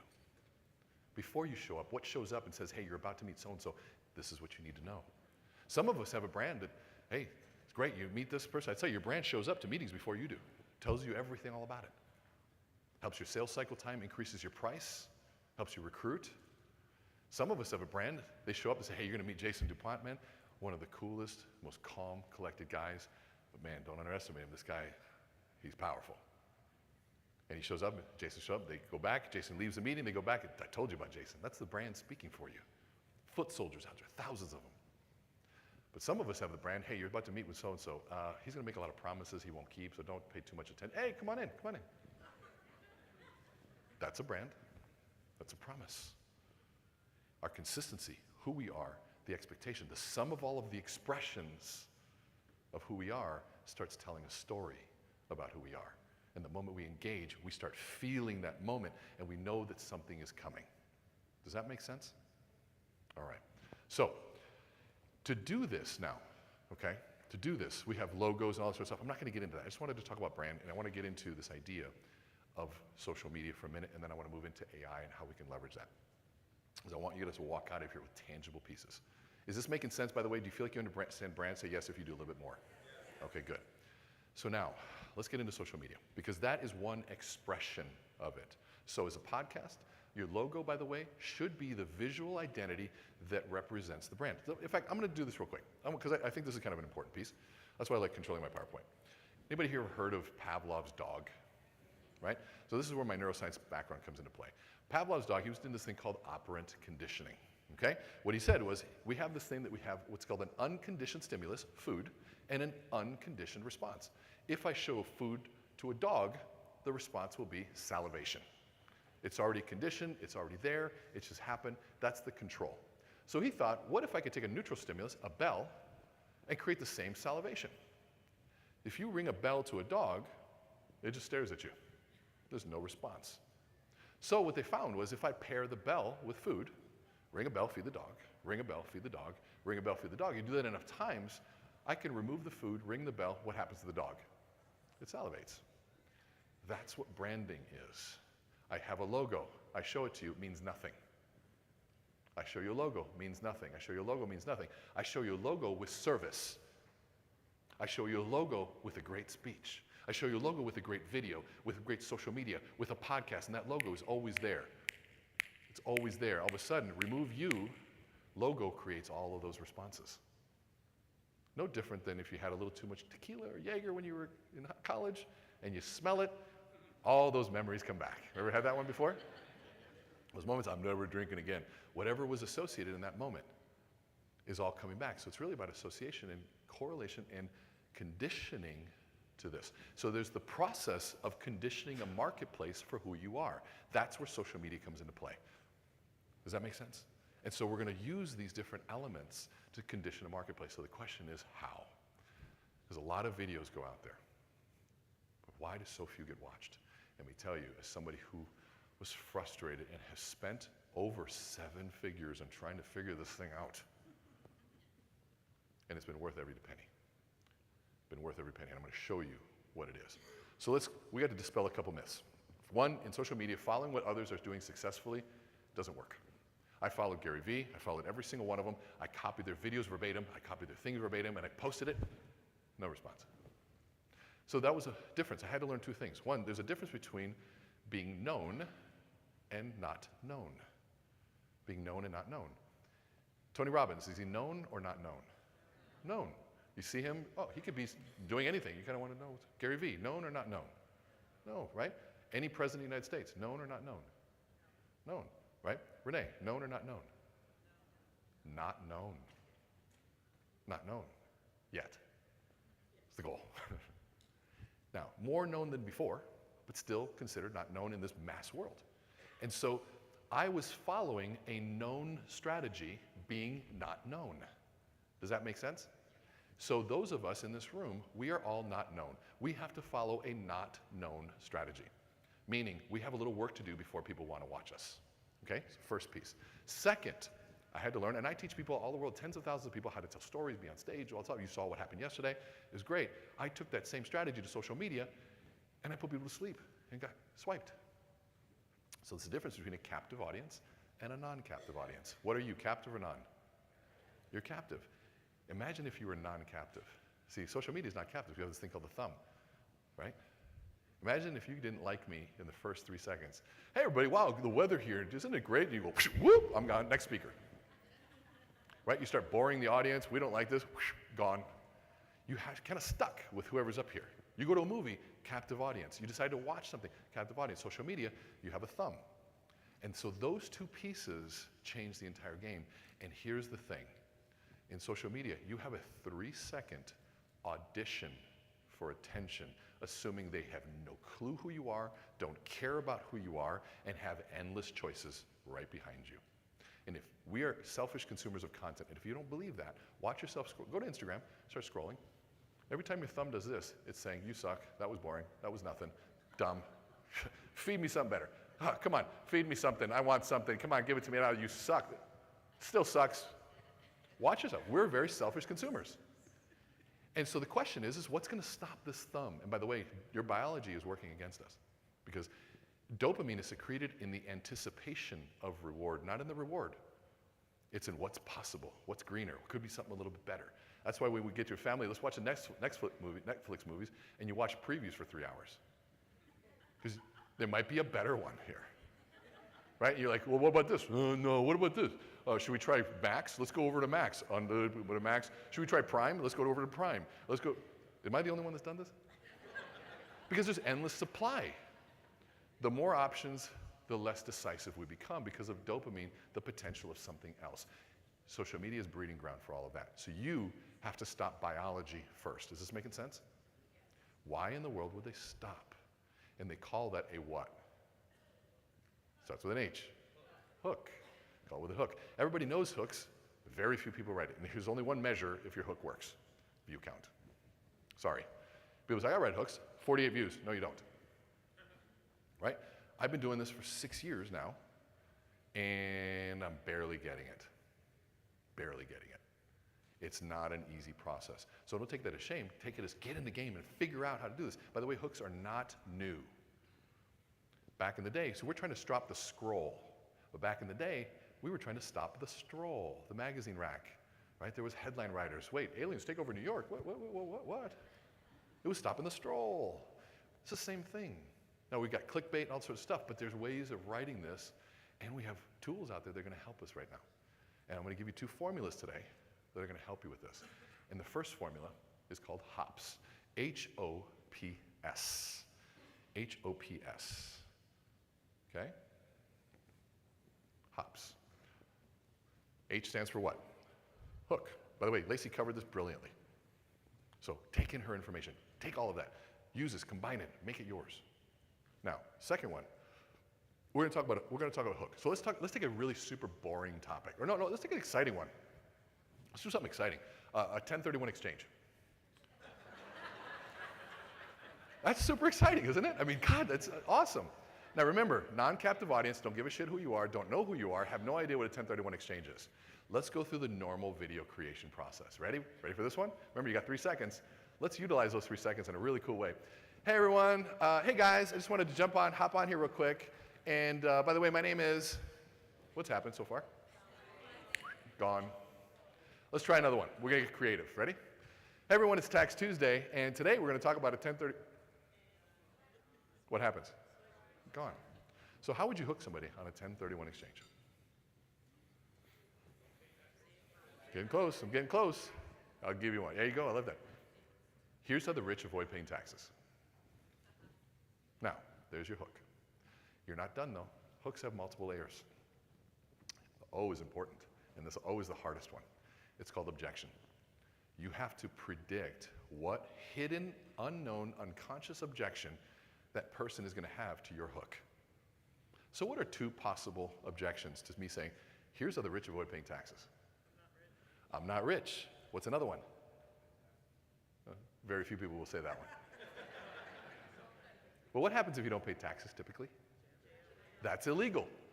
So here are two objections. So you have to cover those in the next second and a half. Here's how this works. Here's how the rich avoid paying taxes. And don't worry, what I'm about to share with you is perfectly legal, and you don't even have to be rich. Have I given any solutions yet? Nothing. I've hooked you, covered your objection. Now, before I get to the next, do you need a Band-Aid? Yeah. No? Do you need a Band-Aid? Okay. Do you want a Band-Aid? Do you want a Band-Aid? You really do? Awesome. Law of averages. Do you really want one? No. So you're just being nice. Are you from Minnesota? Midwest? Like Washington? Okay, close enough. Do you need a Band-Aid? No? How does this question feel? Odd, weird, intrusive, out of left field, irrelevant. This is 99.99% of social media videos offering solutions without a problem defined. You're bleeding. Would you like a Band-Aid? You're bleeding. Would you like a Band-Aid? You're bleeding. Would you like a Band-Aid? Okay. Okay. She's like, no thanks. Yeah. We're not at a bar. I'm not hitting on your promise. You're bleeding. Would you like a Band-Aid? Yes. Why is that different? Because they defined a problem before offering a solution. Is this making sense? So think about, watch social media. You won't be able to unsee this. How many Band-Aids are being offered to people that don't know they're bleeding? And that's why we don't care. You have to define the problem. Lacey covered this perfectly. You have to define the problem. And you still have to do it in a short period of time. Here's how the rich avoid paying taxes. And don't worry, what I'm about to share with you is perfectly legal. And you don't even have to be rich. What most people do is they sell their home, make all this money, and they put it in the bank and smile. The IRS loves that because that's a taxable event. Change of face. Don't do that. S, solution. Here's what the rich do. You need to understand a 1031 exchange and then explain it. Is this making sense? So this is what we call the hops formula, okay? Now, you will not remember how to do this. You will go home and try to write it. You will spend hours on trying to figure out how to write a hook. You will do it and you will fail. And you'll figure out, how do I cover the objection? Because it's hard to think from another person's perspective. It is really hard to think from an outsider, to have the empathy to get outside of yourself, truly think from the consumer perspective and go, how would they hear this? The way that I test hooks, I pretend that I walk up to somebody at a restaurant and they're eating with their family, and I go, hey, it's Tax Tuesday, and I would like to talk to you. Like, dude, get the hell away from me. I'm with my family. That's how you test a hook. But why I say, excuse me, I don't mean to bother you, but I just learned how to not pay taxes anymore. You mind if I show you? He's gonna be like, interested, and don't worry, it's perfectly legal. You don't even have to be rich to understand this. Honey, hold on a second. All right, talk to me. What's going on? Do you see how that works? There's another better way of doing this. There's this thing called AI that is smarter than us. It's read every book. It's passed the bar exam. It's passed the MBA operations exam. It speaks every language, writes every code, and it's basically free. So what I have done is I have uploaded and created a GPT that does all of this for me. It writes it. I've created documents outlining every aspect, the psychology of what a hops formula is. I also found one that I've watched, a really good friend of mine that I've watched since he started. His name is Jefferson Fisher. Anybody know Jefferson Fisher? So he's got about 6.1 million followers. He did this all holding a phone in his car. He's a trial attorney talking about communication. I gave him one of his first big stages at my AmCon stage. We've become really good friends since then. And I took all of his most viral, every video he posts is over 1 million. 1 million to 3 to 5 million. Like, how's everything you post just gold? And he's good looking too, damn it. He's like perfect. And you meet him in person, he's the same person. He's an amazing human. You should all follow him. So I look at his most viral videos and I transcribed them and I said, analyze this, and I created a 6-page document, and the psychology of how he does these videos. We call them how-to videos. And so I'm gonna show you how to do 2 videos. But I need a volunteer, because you guys know I like volunteers. Okay? I need somebody who, first, because you smile too much at me, I can't have you up here. I want somebody up here who doesn't feel like they know how to do this, somebody who's been trying and frustrated and has failed, doesn't know how to, maybe overwhelmed with how all of this works, tried. So who's willing to do that? Since I used you before, Nancy, I'm going to give him the case to make the case. If not, why did you want to come up here? Yeah. Do you do social media right now? Is it working for you? For this work, no, I haven't done. I've done it for mortgages. You've done it for mortgages? Okay. How are you doing with social? It's frustrating. Okay, I'm going to work with you, Nancy. Why don't you come on up here? Give her a round of applause.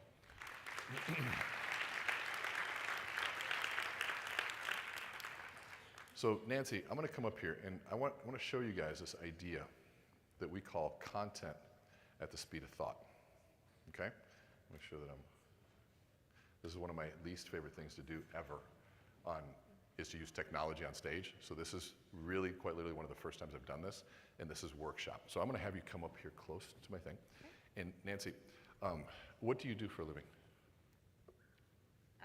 I'm in financial services. I help people retire like they mean it, and I'm also a notary.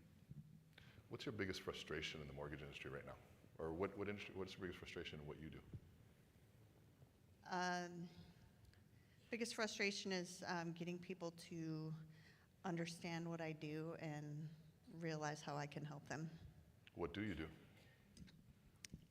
I help people set up retirements that are better than 401ks. Why is that important? It's important because there's a lot of tax implications for 401ks that you can lose a lot of money in, and we have better ways that can help you avoid that. Give me 2 or 3 better ways. It's life insurance, so life insurance can be used as a tax shelter, and you can basically grow your money like the banks do. Okay, so now, there's a concept I want you guys to write down called content at the speed of thought. Content at the speed of thought. What happens is, and this is an idea, that if you guys notice, I transcribed everything that she was saying, right there. There's a great tool called Whisper Flow.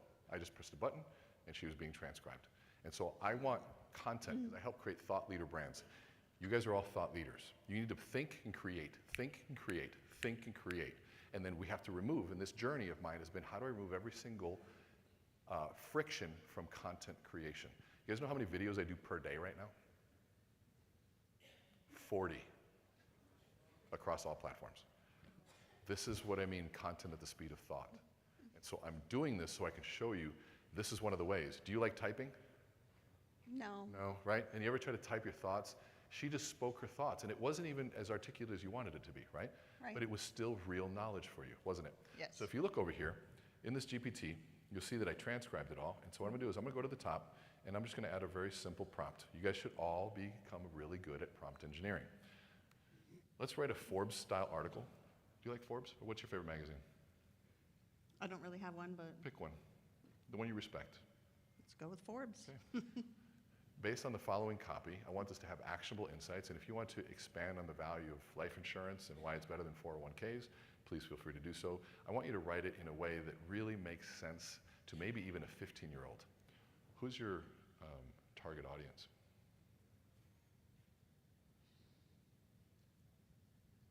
I don't know, it could be anybody, but target more people like me that have worked in the retail industry that are sick of what their company has to offer. They're looking for something better. Perfect. Now, did I do anything complex there? I just asked for it. It's a human. They're smarter than me. They know how to write. And so now, I just hit enter. I don't have to do much, but you're going to watch how this article is then going to be created in the article format that I like, and in the way that she's probably been trying to say for a long time. Here goes. Why I ditched my 401k and what you should know before it's too late. If you ever worked in retail, you felt like your paycheck disappears faster than you can say matching contribution, this article's for you. Do you see how quickly that was? So now, let's have some more fun with this, because if you copy this and you go to ChatGPT and you say, you know what, hey, let's create a landscape photorealistic image for my LinkedIn article that I'm gonna post. I want you to make this edgy and fun and capture attention. Okay, boom. So we're gonna let that go for just a minute. And that, by the way, prompt engineering is about understanding what it is that you want, understanding a couple little different things. Remember I said photorealistic? I told it to do it in landscape. It's gonna be on LinkedIn, so it's capturing all of that content, all the pieces. To go through this, you have to go through and you're gonna make the best picture, and it's gonna make it square. And you're like, ooh, I forgot landscape. Do it again, please make that in landscape, okay? I say please and thank you to ChatGPT and to Claude, which is my favorite, by the way. And the reason is because if it does take over, I hope it remembers me and says, at least you were nice to us, okay? So now, Chat has gotten a lot slower with image creation, but it's gotten a lot better. So it's creating this. There's another thing called DALL-E, D-A-L-L.E, that will create these as well. Just go do it. Just keep it simple, okay? And so I want you to see what's happening here as this is going. But then once this creates, we're going to create another piece. We're going to go like this. Please create a hops video based on this idea. Now, in my GPT here, it already has the hops video format uploaded in there. It has everything involved in that process. It's not going to create until this image is done, which I probably should have figured that out. Do you guys want to see what this looks like, or do you want to wait for it to go? What do you guys want? You guys want to wait? Okay. All right, it's starting to create. It's starting to create. And so once this prompt goes, it's going to create the exact video, and I'm going to show you exactly how that works. By the way, how did it feel to see your voice come out that way? Yeah, that's pretty cool. Kind of exciting, isn't it? You notice her energy shifted? Why do you think that is? More confidence, because here's the thing. You all have powerful thinking. You all have powerful ideas. We just haven't always connected the brain circuitry to get that idea from our heart and our minds out through our mouth. That takes practice. And I have had a mission since day one to figure out how can I help people that have great ideas learn the skills of the people that are great communicators, because too often I've seen great communicators with shit ideas. Does that make sense? Sorry, Jerry. And I've seen people that have no ethic and then move into a place where everyone's listening. I want to take the people with all the ethics, all the goodness, the humility, and give them a voice. And this is what we see here. Why I ditched my 401k. Now, we can also do this again and say, can you make it a female? You can upload your photo and say, make it look like me. Right there. So let's go through. It did this. Assume that's the case. And I'm just going to do this. Please create a hops. Oops, it should say hops. It didn't hear me right. So I'm going to stop it. No big deal. Oh, it did know that. Cool. Well, all right. Well, let's restart that one. Sorry, didn't mean to interrupt you. Please continue. Don't think about it. Don't overthink it. I mean, it's one of the things I watch people give like prompt, and they do these prompts, and they're so formal. I'm like, just chill out. You'll learn that formality later. Here you go. Ready? Hook, objection, problem, solution. If you're still relying on a 401k to retire, you're playing a game that was rigged before you were even born. I know. Your company matches contributions. Sounds like free money, right? You starting to feel this already? I couldn't have written that. Give me 2 hours, I wouldn't be able to write that. It's done because the thinking has been done. And so I'm going to scroll. How's that feeling, by the way? That feels awesome. Feels pretty cool, right? Yep. So I'm going to scroll up so I can see what's going on here. And so then we go, all right, says, where are we at? But they don't tell you how much they're going to pay you, but they don't tell you how much they're going to pay in taxes later. Most people retire, this is the problem, thinking this is the bleeding part. Most people retire thinking they have enough, then realize the government owns a huge chunk of their savings. 401ks were designed in the 80s for a world that doesn't exist anymore. Have I given you any solutions yet? You feel the pain? Especially if you're in 401k, you're like, oh, ow. What do we want when we feel that way? Solution, Band-Aid, right? I help people set up retirement plans that let you grow your money tax-free, access it penalty-free, and build generational wealth just like the banks do. And the best part, it's done through properly structured insurance. Yeah, really. Will this video go viral? No. Here's why. What happened at the end? You had me, and then what'd you do? You tried to sell me. This is great, but can you rewrite the solution in a non-sales format? I want this to be open and safe for everyone to see, whether or not they use me or not. Let's see what it does now. Here's the thing, on your grid, stop selling. Make your grid safe. Make your grid friendly. Make it micro-learning. Make it so that people can share. Make it so your competitors come and say, you're speaking for me. If you do it at the end, I'm hiding you from everybody. So here you go, redone. There are other ways to save for retirement that most people never hear about. One of them is using certain types of life insurance, not just for protection, but to build wealth. When structured the right way, it can grow your money tax deferred, let you access it tax-free, and avoid the penalties and taxes that come from traditional retirement accounts. It's not for everyone, but for the right person, it can be a game changer. Follow for more tax savings advice. Safe, isn't it? Would that have a better chance of being shared? Much greater chance of being shared. Okay, how does it feel to see that? That feels really good. I love that. Feels exciting. That is very Let's exciting. give her a big round of applause.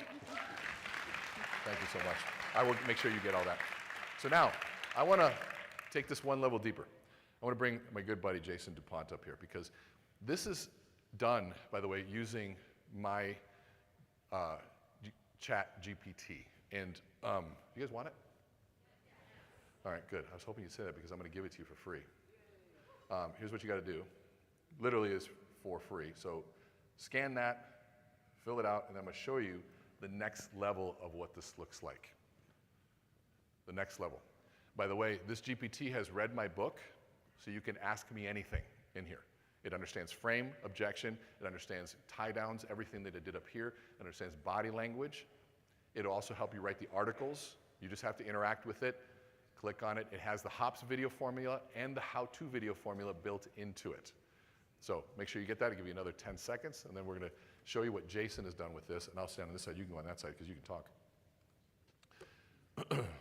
Everybody got it? If not, come up to me afterwards. All right. So Jason and I have spent, how long have we been working on creating your voice and your brand? About a day. I don't. It's been. We don't have time for jokes. We got 4 minutes. Oh, we got to get going. How long have we been doing this? A few months. A few months, right? Yeah. Jason's been doing a lot of work on his brand voice as well already. And so we went through this and created what we call his ethos. And his ethos, you can't see anything. His ethos is really the essence of who Jason is. Sorry, I can't see, so I'm just going to do this. Safari. Boom. And there's Jefferson, and here's Claude. So I use Claude. It's going to be the same thing. And I'm going to go to Jason's project in here. Projects. Jason DuPont. Perfect. So now in Jason, you have in here, we got the how-to video formula, his hops formula, his full brand ethos, his brand exploration, and all his archetypes. So everything in here, what do you know about Jason? What do you know about Jason?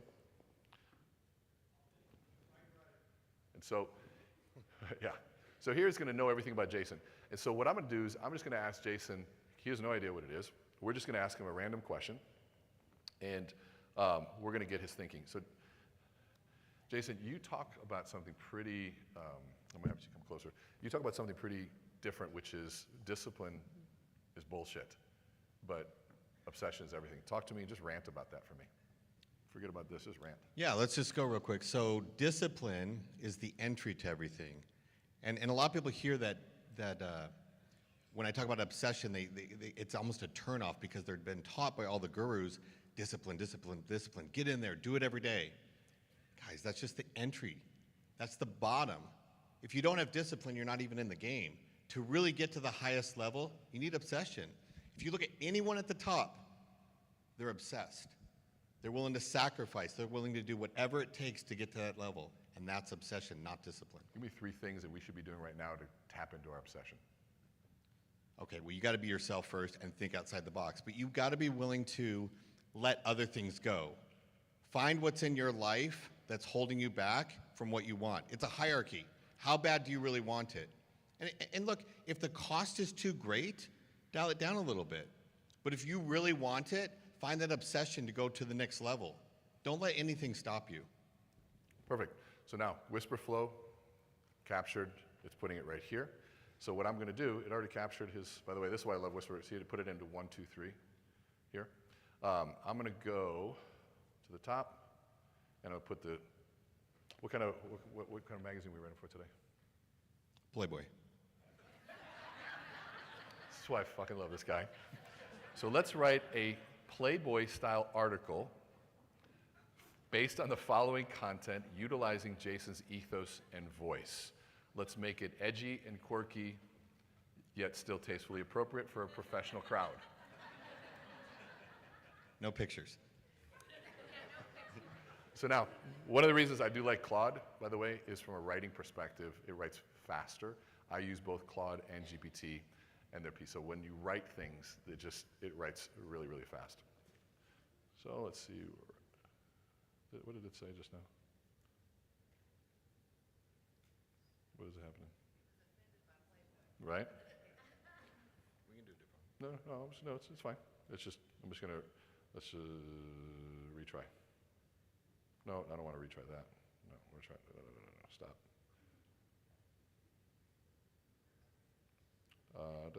This is why I love Claude.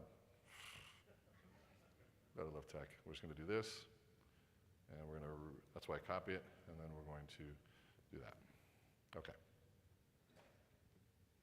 Thinking about crafting an edgy article in Jason's edgy ethos. And this is where it gets fun. By the way, one of the things I did, I had a friend that had an animal that passed away. And we looked at that animal. It was a little tortoise. And tortoise, if you know, is supposed to live to about 80 years old. And kid was 8 years old, and the tortoise got out. You know what probably happened to that tortoise? With a car.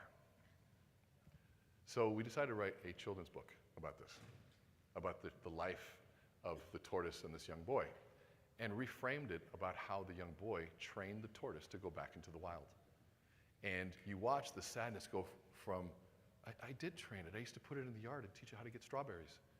And I would watch it and I would train it. And this whole thing came about of this beautiful childhood story. Instead of it being traumatic, it became empowering in that he wanted to find another tortoise to train.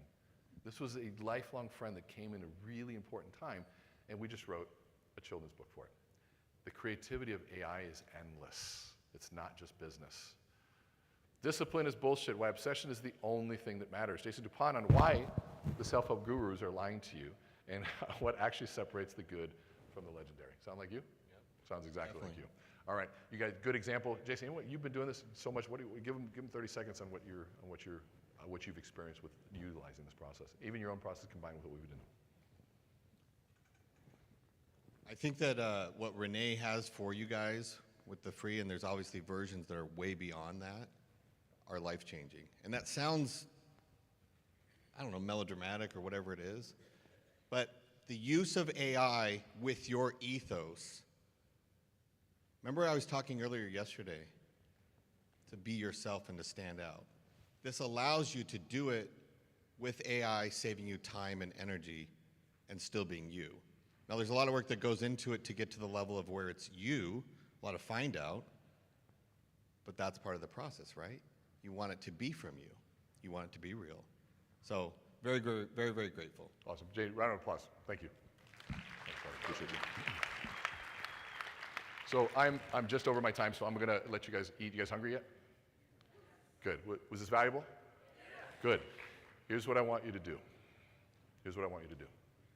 Everything that you've learned in here today, the excitement that you feel, all the changes you've written, the notes and the plans and the actions, all of this emotion will wear off within about 2 hours. Customers are going to call. Reality is going to set in. The adrenaline in your system is not going to be there through a process called homeostasis. You need to be more sophisticated than that. We need to grow in our understanding of ourselves and understand that that's coming. We can't be surprised by that reality, and we have to rise above it. You have to put in systems in place that supersede your emotional state. Let me say that again. You have to put systems in place, accountabilities in place, people in place that supersede your emotional state. I feel great, therefore I'll act. I don't feel great, I won't act. That's what Jason's talking about. He doesn't care about discipline. I mean, he doesn't care about that stuff. He's like, I'm going to go in whether or not you say so, whether or not I feel so. My feelings don't matter in this sense. So what I want you to do, if you liked yesterday, I hope you guys signed up for that 30-day program, because in that we're going to teach you how to find your voice. And you can take that voice into AI, which makes it even more elevated. If you remember that QR code, I'm sure it's somewhere. Come back and find me. I got it. But then do the work with or without me, whatever program works for you. Suffer over this process. If you haven't figured out suffering, you know what the root word, what suffering is the root word of? It's the root word for passion. Passion means to suffer. Back in the 13th century, passion was given to the martyrs that died for something. In the 16th century is when we added the sexual connotation to it. Passionate pursuit of something or passionate lovemaking. Passion at its core is about suffering for something. And we have to be okay and rebrand that suffering in the gym is a good thing.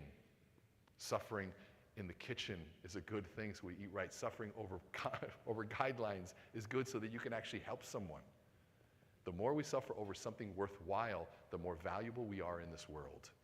And so for me, when the floods of life come, you're either going to be the one who built the ark through the suffering and sacrifice or the one that needs a ride.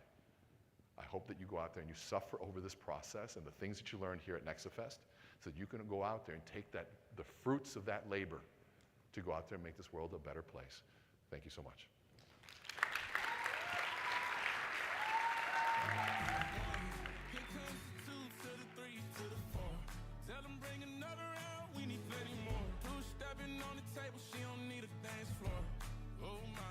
We extended lunch until 2 o'clock-ish. We are starting 2:30 sharp. We are going to do our very best to stay on time. So we did move things around a little bit. When you hear the bells ringing, that means get back to your seat. That's what that means.